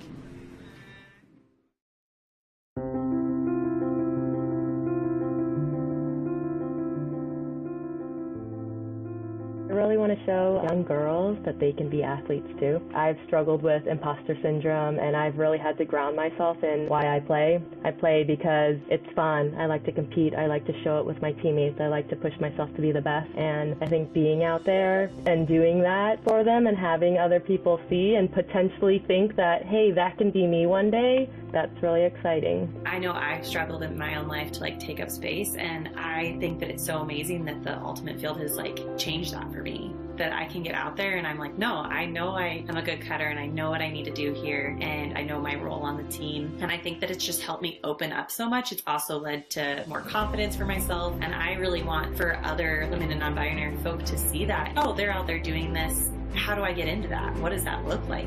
What's my role there? I really liked a combination of both endurance and shorter, more competitive sprints, and then also going up directly against players. And I think that also is what attracted me to Ultimate as well. Understanding what you're capable of doing is just a really great experience that kind of drives you to just get better at those individual skills in sports. My Ultimate story, I've been fortunate to have coaches and friends and the community to encourage me to be the player that I am today and ultimately fall in love with the sport of Ultimate. So I hope that the Western Ultimate League, like this program we have today, the Open Side, we continue to connect and welcome new fans and future players and continue growing this community that we all love. And I think hopefully one day that someone will fall in love with the sport as much as I love it. I think that's the biggest thing for me is just knowing that we're giving an opportunity and visibility to the sport for young women. It's the best thing. One more time. Oh yeah! Baby! Cody! Welcome back, everyone. We're in the fourth quarter of this final game of the WUL regular season. We've got Los Angeles Astra and San Diego Super Bloom tied up at 8-8. 12 minutes left to go. Let's see which team comes out on top. Astra's starting on defense here, and the pull is up just past half field. San Diego's coming out in that split stack that they've been running, but Astra's in another junk set to try to get him out of that pull play. Willis has the disc. Stall count's rising, finds the dish to Walter. Walter back to Willis, losing some yards here. Swings it to Zettner, back to Willis. Back to Walter. Up to Leslie. Back to Walter. Back to Willis. Oh, nice through pass. Just a little too high for Zettner, but she comes down with it on the second effort. A wonderful grab there. And great pressure there by LA, just unable to finish that defensive set. Oh, and Bile almost gets the swing pass. LA's tried to bait that a few times. Haven't quite gotten it cleanly, though. Walters through the cup. A little bit past half field now. Swings it through to Zettner. A great pass. Great break pass to Diaz. Back to Walter. Walter's really running things this point. Very steady, patient presence in the backfield right now. Swings it behind to Leslie. Leslie just can't quite grab it. Drop. Helm is working quick with Pagella, and Astra's off to the races. All season, Pagella really, strong in that defensive handler position. Can play tight defense and then pick up the disc and be a strong contributor to Astra's defensive lines. Really been one of the players for Astra, just pushing the pace after those San Diego turnovers every single time. Pagella, Childress, Brown, this Santa Barbara contingent, and Brown's going to shoot. Looks like it's going to be just a little bit far out of bounds to Helm. Not a bad look, though. Helm had space, and the wind just sort of pushed it too far. Absolutely. Sometimes that wind, sometimes the sideline. Those can be extra defenders on the field. Walter's going to pick up. Astra's going back to this zone look. They've got a trap set right off the bat. Straight back to Leslie, who swings. Oh, and a swing pass to Ellen Melick. There's some contact from Agawa. Floaty pass for a huge gain. The zone is scrambling to get back in front of the disc. Walter's got it. Centers to Leslie. You mentioned LA being kind of baiting those swing passes, and I think the advantage there is you get a short field turnover, but sometimes when you bid on those and you don't get them, you're out of position, and San Diego has taken advantage of that a couple times this possession. Absolutely, yeah. Walter, nice through pass to Diaz. Dishes it up, back to Diaz. They've gotten past that first and second layer of the zone now. Oh, and just a little bladey and a turn.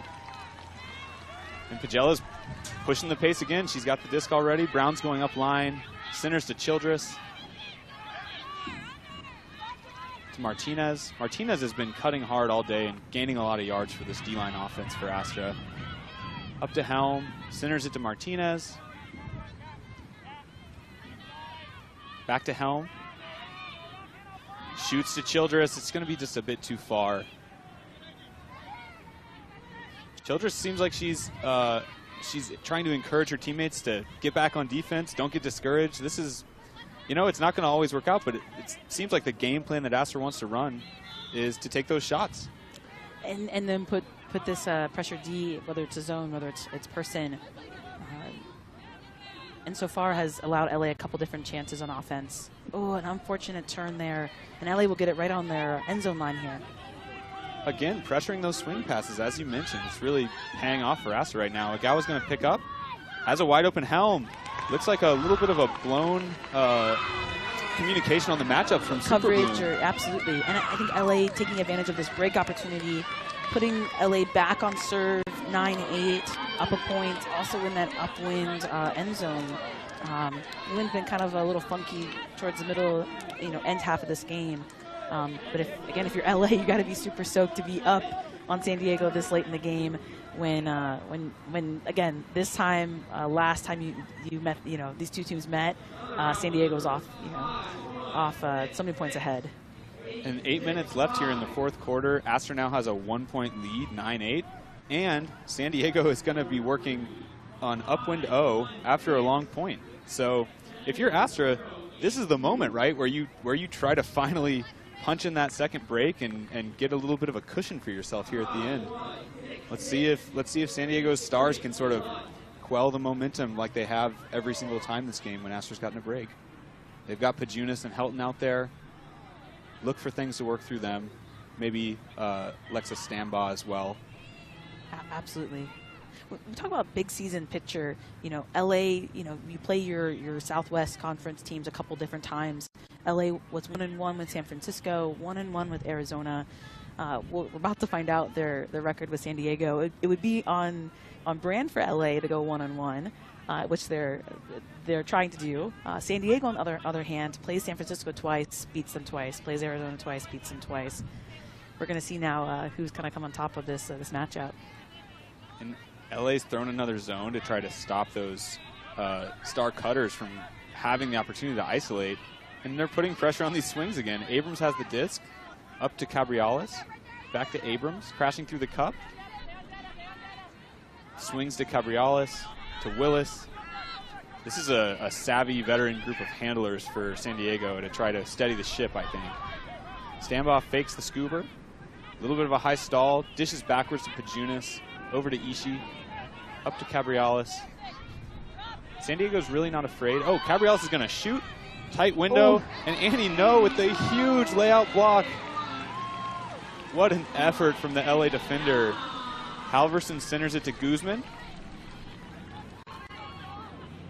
Over to Abby. And when I talked to LA, Abby was a player that maybe doesn't reflect on the stat sheet, but just was a kind of a quiet contributor.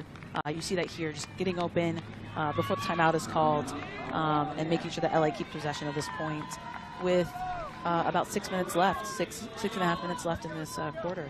That was a really timely timeout call from the LA coaching staff.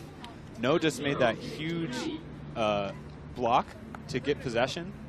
Gets the disc, stall counts rising on the trap sideline. Those are the moments where the adrenaline might get the best of you and you sort of lose the spark that you just got for yourself. Great job by Astra to get the offense out there, working downwind. I imagine San Diego's going to come out in a zone look.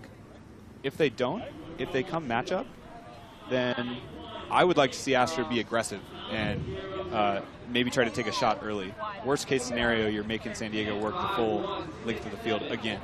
And I think this is a traditional LA line. You can see them huddled here and maybe talking through their strategy with Coach. And I think if you're here, you see some smiles. You see them kind of confident, excited to get their O-line out here on the field. We'll see who's going to pick up. If it looks like it's going to be O'Connor. Hannah's going to be the reset.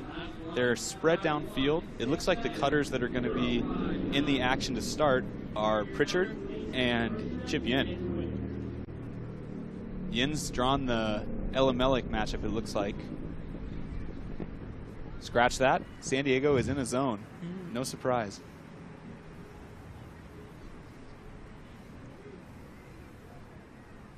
And the disc is in.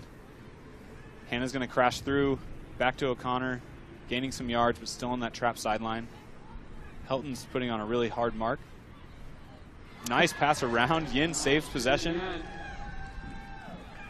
Astra still stuck on that sideline to O'Connor. Back to Yin for some yards. Back to O'Connor. Really like to see them try to bounce to the middle of the field here. Yeah, so far they seem content with making kind of fast throws on that force side. Now we see moving to the far side of the field, opening up the defense. Defense looks like they made a move to a person. And O'Connor able to bring it in there from a great assist by Pritchard, but O'Connor able to bring that disc in. And LA up to scores 10-8 with less than 6 minutes left in this game. Well, that was the moment that I think LA's been waiting for. Another chance to get that second break and give yourself a cushion, and they finally take advantage. Really nice, clean offense from the Astra O-line out there. I think initially they got trapped on that sideline a little bit too long and had some sketchy throws, but once they moved it laterally and attacked the break side, it was a nice, easy score. Absolutely, and we talked about kind of they were grinding on that fore side. Sometimes it changes both from the defense, you having to adjust, but then the offense has those open lanes that just weren't open when on the trap side. San Diego set their line pretty fast, looking ready to go back on offense with a lot of their stars, a lot of people who've been contributing for them this game and this season.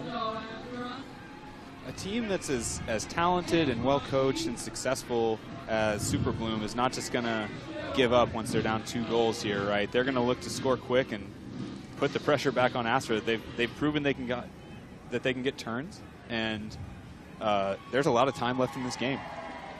Absolutely. And we talked a little bit about the mental game. This might be a mental practice, right, for San Diego to say, okay, we're down. In Ultimate, there's going to be moments when you're not winning, when you're down. How do we push back, especially as we're thinking about playing, championship weekend? Yeah, facing some adversity here probably is going to help them out. I think you're right. And they're going to dish to Walter to start. They've got Walter and Ishii and Abrams in the backfield. Oh, and a Blady throw. It's going to be another turn for San Diego. Astra's looking to move quick. Brown has it in the middle of the field. Swings to Childress. Childress is going to shoot a Blady shot. Lots of San Diego defenders in the area to cover that one. And the disc rolling pretty far. I think San Diego will start on their end zone line after that little bit of extra roll. Walters to pick up. It's interesting. San Diego seems to be countering this zone by setting up a dump straight behind the thrower and accepting that they're going to have to lose yards to then try to gain with those swings. On the other hand, Astra's trying to get them to throw more of those swing passes, so it's giving some opportunities. They're in the middle of the field now with about 70 yards to go. I imagine star count is rising, able to find a San Diego player. Oh, and a bit attempt, just not able to come up with it. Walters with the disc. Throws it into defense. Short field now for LA. Elizabeth Clem, or Emily Clem with the disc, excuse me. Sorry about that. Jasmine Childress has the disc. Swings around. Diaz is there. It looks like maybe a tie there. Looks like possession is going to stay with San Diego. Diaz got there first before the Astra player. He's going to shoot immediately to Elimelech, who just drops it. Had position on Childress, but just can't quite bring it down. And the clock is ticking. 3 minutes and 40 seconds left. Clock is Astra's friend right now. Yes. You see a couple of Astra cutters going deep on that first possession. Floaty around throw, but Brown's confidently able to bring that in. And another deep shot. 3 Astra receivers in the area, but they can't quite bring it down. You can definitely get the sense that Astra's game plan was to shoot early and often here, right? And it's helping them to run down this clock and make it hard on San Diego. Big pass to Diaz, big gainer to Helton. Helton's going to shoot a Blady shot to Elimelech. Great read by Elimelech to get around Childress. Dishes. Abrams to Diaz for the score, and we have a 1-point game with just under 3 minutes left. 2 minutes and 57 on the clock. LA 10, San Diego 9. And that's a great end of point possession by San Diego to kind of focus the disc. And you go back to the end zone here, Elimelech gets the disc, and you see 3 other San Diego Super Bloom players in that area with no other Astra player that can contend except for Childress, who's already in that area. That's a great follow through by Super Bloom. And I don't know if it's legs or if it was mental. That was a long point for LA, but a great follow up for San Diego there. It looks like San Diego is sending out a pretty traditional D-line, not crossing over too many players. They've got Pajunas out there, and then pretty much the standard defensive line that they've been running most of the game, I think. And for Astra, looks like it's their standard offensive line. So this will be a crucial hold here for Astra. If they can get it, there's not going to be much time left for San Diego. Pull goes to about the 35-yard line. O'Connor's picking up. Upfield to Hannah. Deep pass, but Pajunas was right there reading it the whole way. Up to Willis, to Cabriales. He's got a streaking receiver to Teresa Zettner. And San Diego wasted no time making sure to move the disc and then strike deep, just not able to then connect on that deep shot. Excuse me, that was to Sydney Haranek, not Teresa Zettner. My apologies on that one.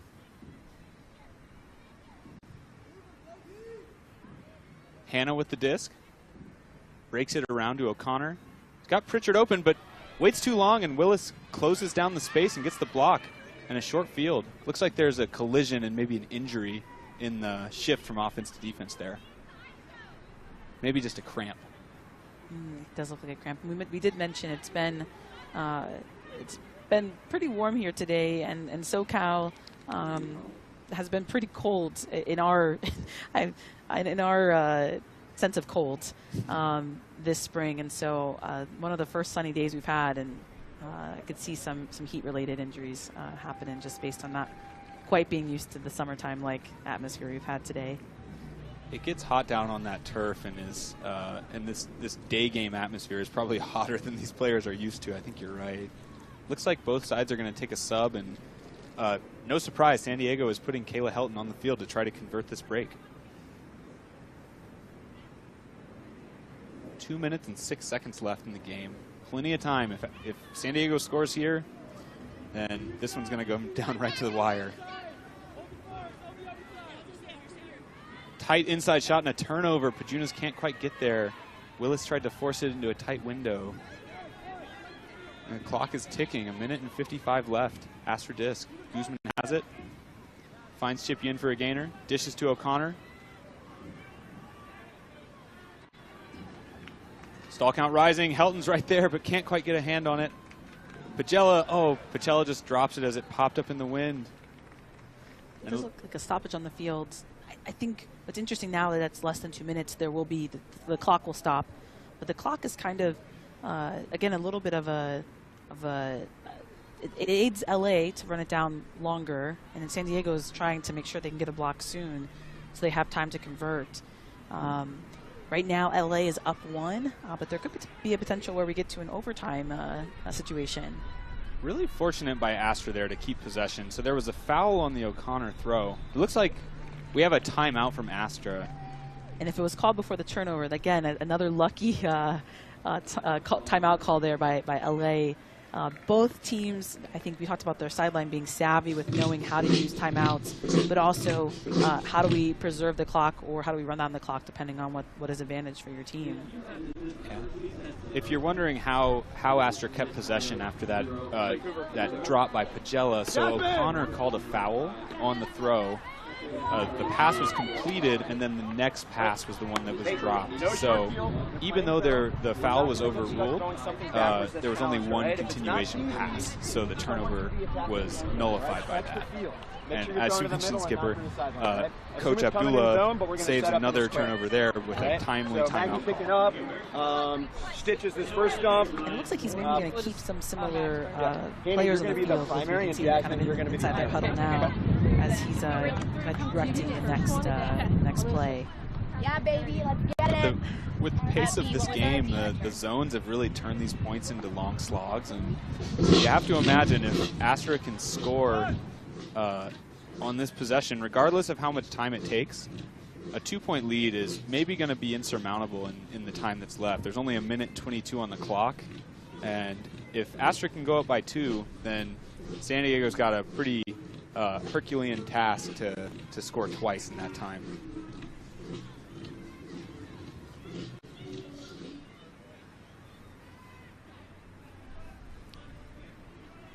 Looks like a junky defense from San Diego. Helton on the mark. Disc is behind Childress in a first throw turn. Cabrales is shooting immediately to Helton. Helton is going just short of the end zone. Helton's got a dish behind her. Doesn't see it. Dishes to Cabrales. Swings it for the score to Stambaugh. Just like that, we've got a tie game with 1 minute left on the clock. San Diego super excited. Again, 1 minute is a long time. We've seen San Diego be efficient. We've seen, LA will have 1 minute to play this next point or potential points. But very exciting to go into this final minute of the game tied.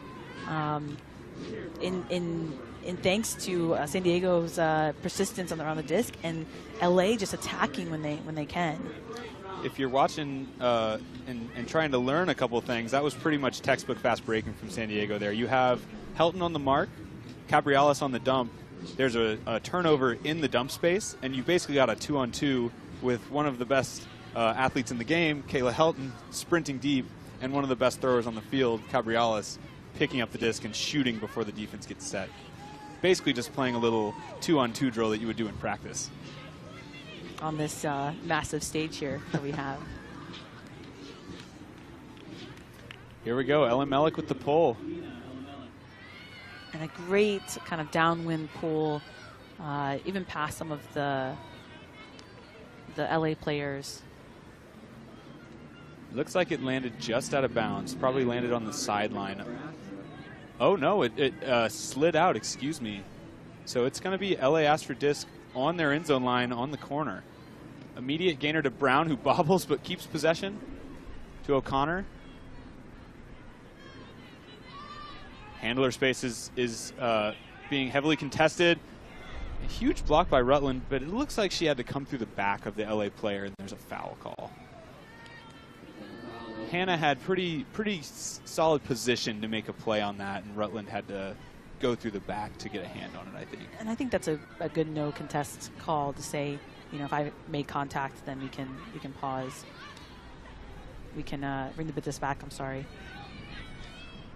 LA's offense is a little bit disconnected now. They've got Hannah and O'Connor trying to work together. The downfield defense is very tight from Pajunas, but Chip Yin, strong run through to keep possession. And I love that matchup for them. Both two UCLA players in their own right, stars on the team, but just kind of almost like two generations of stars between them. There's really a lot of space between the LA stack and the handlers, and there's not a whole lot going on. They get a nice break shot to Yin. Yin is doing some good work here. Not much else is happening downfield or in the reset space. A lot of high stalls. Another tightly contested pass. Yin's got it back. Everything is working through Yin right now. Nice gainer to Childress. Pass to Bidding Helton. She's going to shoot to O'Connor, but it's just short. And San Diego gets the block. As time expires, it looks like just after the clock ran out, so we're going to overtime, folks. Yes, this is very exciting. I think you can see O'Connor here excited to earn this overtime chance. Get some more playing time. If you're LA, you've just extended your season a little bit longer. And I think you have to be pretty excited to be still playing with your teammates on the field. If you're San Diego, you're getting ready for championship weekend. And again, this is the mental grind. This is the physical grind. We still got more minutes to play. And what can we do to make sure that we come up on top? You know, I didn't mind the look by Childress there. I think O'Connor had space, and there was definitely a window to get that huck off to try to get a walk-off there for Astra, but the wind just affecting it a little bit much. It seems like as the fatigue is building on this hot day that the execution errors are maybe getting amplified just a little bit, and the wind is affecting players a little bit more. In the LA huddle now, we see Childress, who's made several highlight reel plays throughout this game, but also has just really demonstrated the touch that she has as a thrower in this win. I think her impacting on LA's D-line offense has been really significant today. Really at the center of a lot of the aggressive shots that they're taking. I think she's doing so in a really calculated way. And I think one of the things we mentioned, or one of the things we saw, at least here in the commentator box, is if there was a turnover, really exciting the team to get back and play D and say, hey, the game's not over, the point's not over, let's get back on the field, and let's pump each other up to get the disc back.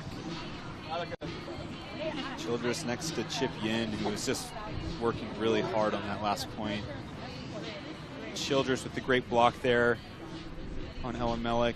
Nice inside shot to Childress here, and a great fake and then inside shot to Cam Helm for the goal.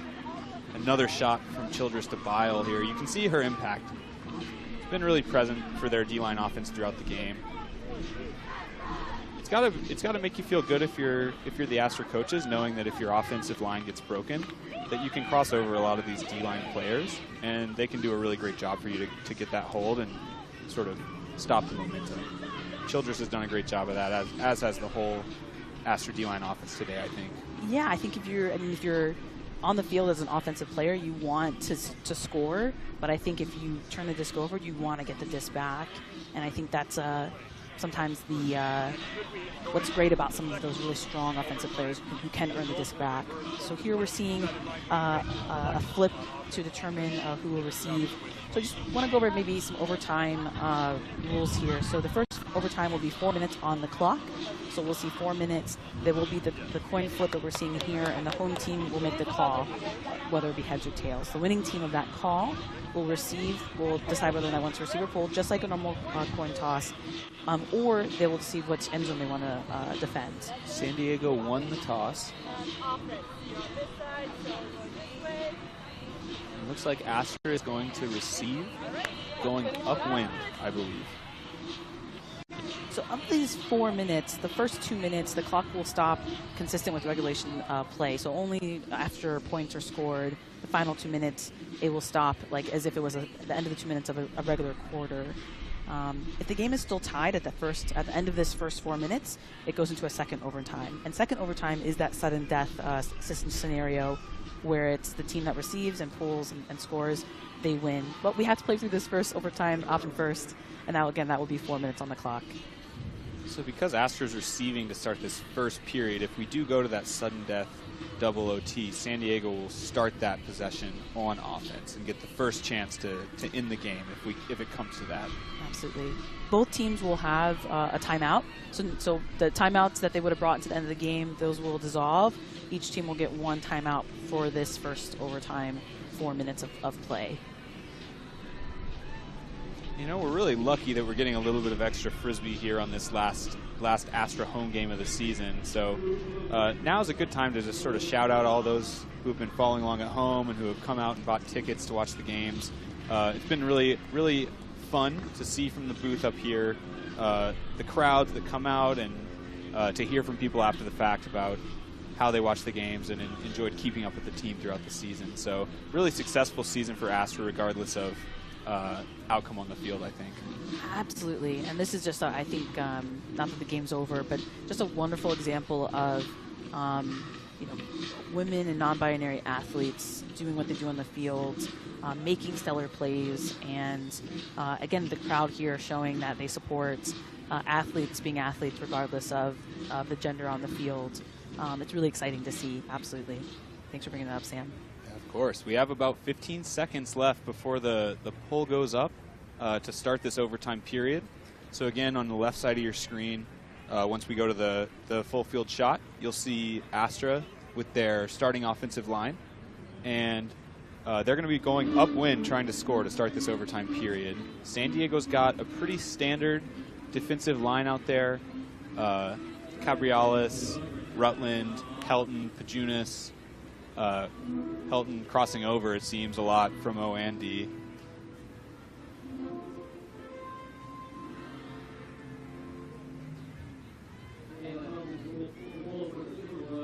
Helton's going to pull to start us off here.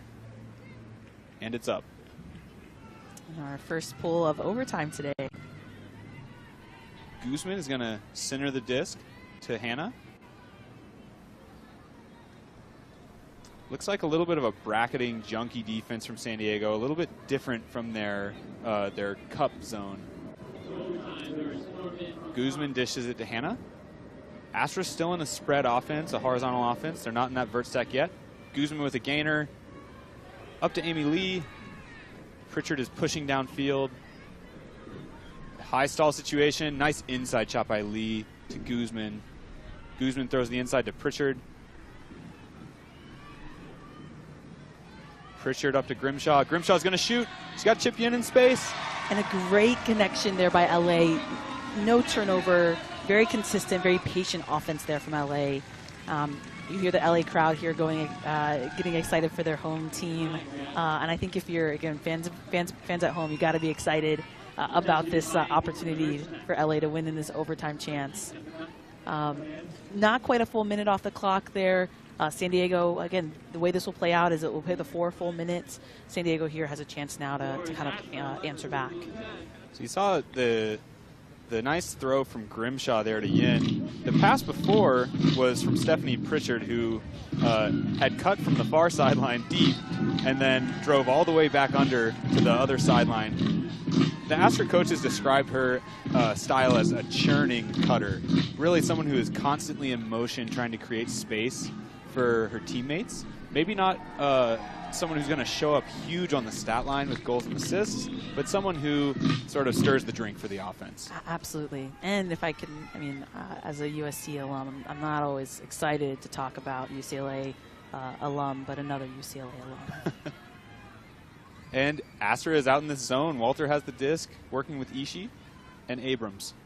Ellen Mellick has come back as that fourth handler, as you mentioned earlier, trying to get those easy swings to then gain yards. So this is their moment, gaining some yards to Diaz, back to Abrams. And San Diego really, really pushing the pace with their feet, really driving hard cuts, using the full field with the field like you just mentioned. Slowing down a bit now with LA's defense holding on, but able to find that through shot to Diaz. Walter with a great find through the first layer of the zone to really break things open. Ellen Mellick back to Walter. He's got options. Dishes it to Ishii. Looks like Astra's transitioned out to a matchup defense with a little bit of help poaching the lanes. Oh, and a huge bid from Cam Helm. Just a little bit out of reach. Diaz on the goal line. To Walter for the goal, and San Diego responds with 2 minutes left on the clock. 11-11. So again, another no-turn hold there for San Diego. I think you have to wonder if both teams are really locked in, knowing kind of that we're playing on this time, 2 minutes and a second left on the clock, really wanting to turn it in and dial it in, and hopefully giving us some exciting ultimate on the way. Yeah, I think my prediction earlier that both teams might have been a little fatigued was dead wrong. They're pretty focused and playing some of the cleanest ultimate that we've seen today in this overtime period. I think there's something about really getting the chance to play more ultimate, especially if you're LA thinking that you were going to get 4 quarters and now you get this extra 4 minutes of overtime. That kind of second win comes in and you say, okay, now we're not just playing for the win, we're playing for each other. And on both sides, really wanting to make sure we showcase what we got. Looks like San Diego is sending out pretty much the same line as their first defensive point. They've got Helton, Pajunas, Cabriales, Leslie, Stambaugh. Pull is up. Astra's coming out in that spread stack, probably anticipating a zone or junk defense. Hannah's going to center it to Pagella. Back to Hannah. And it is a little bit of a junky bracketing D, but mostly matchup. O'Connor's got a small upline, looking immediately back to Hannah for another upline. Back to O'Connor. O'Connor makes a big fake to open up the around. Pagella, the nice 10-yard gain. Dishes to O'Connor. Back to Pagella. I'd like to see Astra switch the field here laterally. They're working on a pretty small space. Grimshaw with great grab there by Grimshaw. Yeah, LA's comfortable kind of staying in this frame, this kind of first third. And so far it's worked, and it will work all the way to the end zone for O'Connor. That was an incredible throw from Grimshaw to play the win. That did not look like it was open at all, and she just put it out on a platter for O'Connor to run down. And again, that read, that knowing that this is going to move to the middle of the field just kind of with the wind, able to read it and run onto it perfectly. Here's that bobble, great focus there. And you can see O'Connor's actually even with Grimshaw, it looks like, prior to that final throw going up. Great focus there. And then O'Connor's able to make that final grab. So Astra has taken a 1-point lead, 12-11, with 1 minute and 14 to go. Let's see if San Diego can respond. And 1 minute 14, depending on how efficient this point is, could give Astra another chance to score. But San Diego might also then say, hey, we have 1 minute 14. We know we're going to receive the disc on that second final sudden death overtime. Maybe we take the 1 minute 14. As long as we can score it, we go into that second overtime. Yeah, that would be a smart play by San Diego. I think, if you can get some early chunk yards, that's probably your ideal. But if LA is mucking it up in that zone, be as patient as you want to be. Just score the goal, right? Oh, and almost block on the first centering pass. Halverson almost gets it, but now San Diego's off to the races.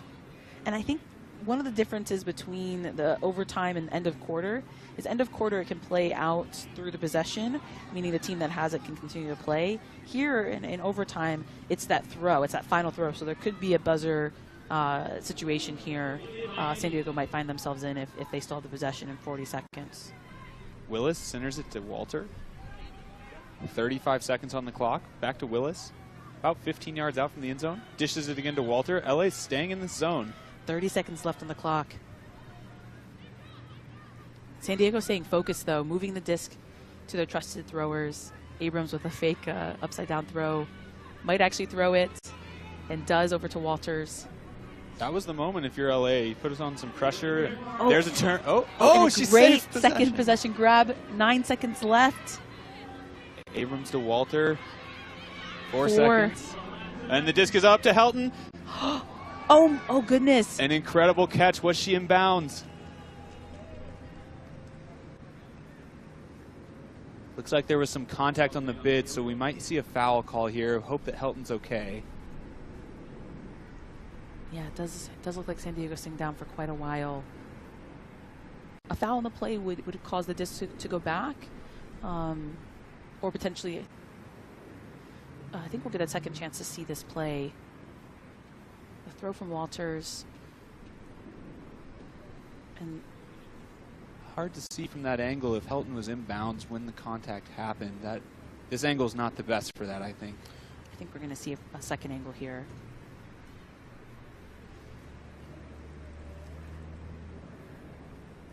There's a great body control there to bring the disc in. We still can't tell if it was in bounds. Yeah, it did look like it could have been out of bounds, just kind of where players are stationed right now. Looks like we're seeing some hand signals from the observer. Play is still stopped on the field. Yeah, I think we're signaling that this might be the end of the game. If maybe regardless of the play, if the player would have caught it out of bounds, and it would have been a turnover, giving LA the disc, but at 0-0, and that would have been the end of the game. So LA with a win home, keeping their tradition of playing SoCal teams, Southwest teams twice, winning one time, potentially losing the second time. San Diego playing a great, strong game all the way through. I think if you're San Diego fans, you've got to be really excited for your team going in championship weekend, regardless of this event. And LA, I think LA was able to bring home this really great win for their home team, their home crowd. I mean, this game was closely contested the entire time, and a little bit of confusion there at the end maybe made it less of a crescendo of an ending, but it was really decided by inches. Helton almost dragged that toe and forced double overtime there as the clock expired. I mean, it doesn't get much closer than that. No. I think we're going to see Discraft play of the game here. And we just saw it here in overtime. This focus bobble to being able to stand up. Grimshaw able to kind of touch it once, touch it twice, touch it 3 times. Pete Grimshaw, one of the more experienced players on the team, and I mean, that is just an incredible visionary throw with perfect touch to O'Connor. And Nagawa was there just in case. Just in case, which is great. And great focus there by O'Connor to say, hey, I'm with you. I'm going to make this upline cut. The disc goes over my head, but I got the read. I'm with you.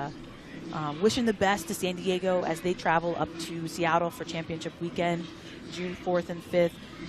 Hoping we can see that Helton's still on the field, looking like some medical folks are attending to her, so we really do wish her the best as her team prepares for the next part of their season. And if you're an Astra fan, this is about as good of a way to end your season as you can. End it with a win. Didn't quite make the playoffs, but the highs were pretty high. Thank you, and the graphic there is going to correct me. Sorry, championship weekend, the 3rd and 4th of June up in Seattle. At this point, I think we know the field, at least from the SoCal point. Southwest Conference will be sending San Diego and San Francisco up. Looking forward to some wonderful plays there. And as San Diego gets on the field and gets the grind, I think we're looking forward to seeing how well they can do up in Seattle.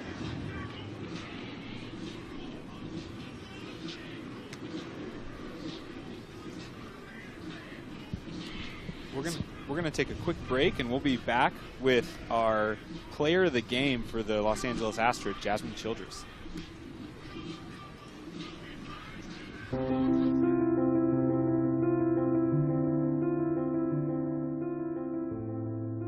I really want to show young girls that they can be athletes too. I've struggled with imposter syndrome, and I've really had to ground myself in why I play. I play because it's fun. I like to compete. I like to show it with my teammates. I like to push myself to be the best. And I think being out there and doing that for them and having other people see and potentially think that, hey, that can be me one day, that's really exciting. I know I've struggled in my own life to like take up space, and I think that it's so amazing that the ultimate field has like changed that for me. That I can get out there and I'm like, no, I know I am a good cutter and I know what I need to do here and I know my role on the team. And I think that it's just helped me open up so much. It's also led to more confidence for myself. And I really want for other women and non-binary folk to see that, oh, they're out there doing this. How do I get into that? What does that look like? You know, what's my role there? I really liked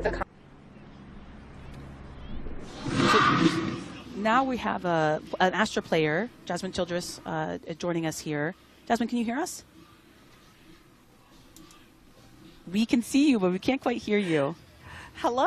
Oh, perfect. Now we do. Okay. Can you tell us what this win meant for your team? Yeah, I think it's huge to win the season on a high note. I think we came out with pretty tough goals for ourselves this season, and I don't think we would have wanted it any other way. And I know that even though we've had some pretty hard-fought battles throughout the season, the scoreboard didn't fall our way at times, but we know that we had the grit down in us, and we've been tight with Super Bloom before, and so to come out and seal it off and in an overtime win is pretty big. Absolutely, yeah. You were amazing to watch this game. As commentators, we kept mentioning how aggressive you were, how you're pumping your teammates up. But if we can ask you, is there a teammate that you want us, fans, to remember to look out for next season on your team, someone who maybe doesn't get all the credit? Yeah, Meredith Bile. Know the name. Absolutely. Know the name. Meredith, I think she came in and she played for Sidewinders last year. And from day one of tryouts, she is all grind all the time and a pretty goofy teammate to have. So she's coming in with positive energy, and she's given 100%, 110% every single time, and has just gotten better and better and better, and been such a huge addition on field and off field for our team. Absolutely. And if we can give her a shout out, because we have all this game as well. But yes, I think that is a name to know in the Western Ultimate League for years to come. Thank you so much, Jasmine. Thanks so much, Skip. Thanks, Jasmine. Thanks, Sam.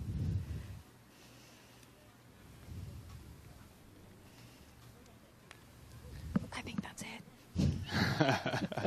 You did great. All right. Well, LA Astra ended their season on a high note with a win in a closely contested overtime game against the San Diego Super Bloom. I'm Sam Fontaine signing off with Skipper Hammond. Yeah. Thanks for joining us. We'll see you next time.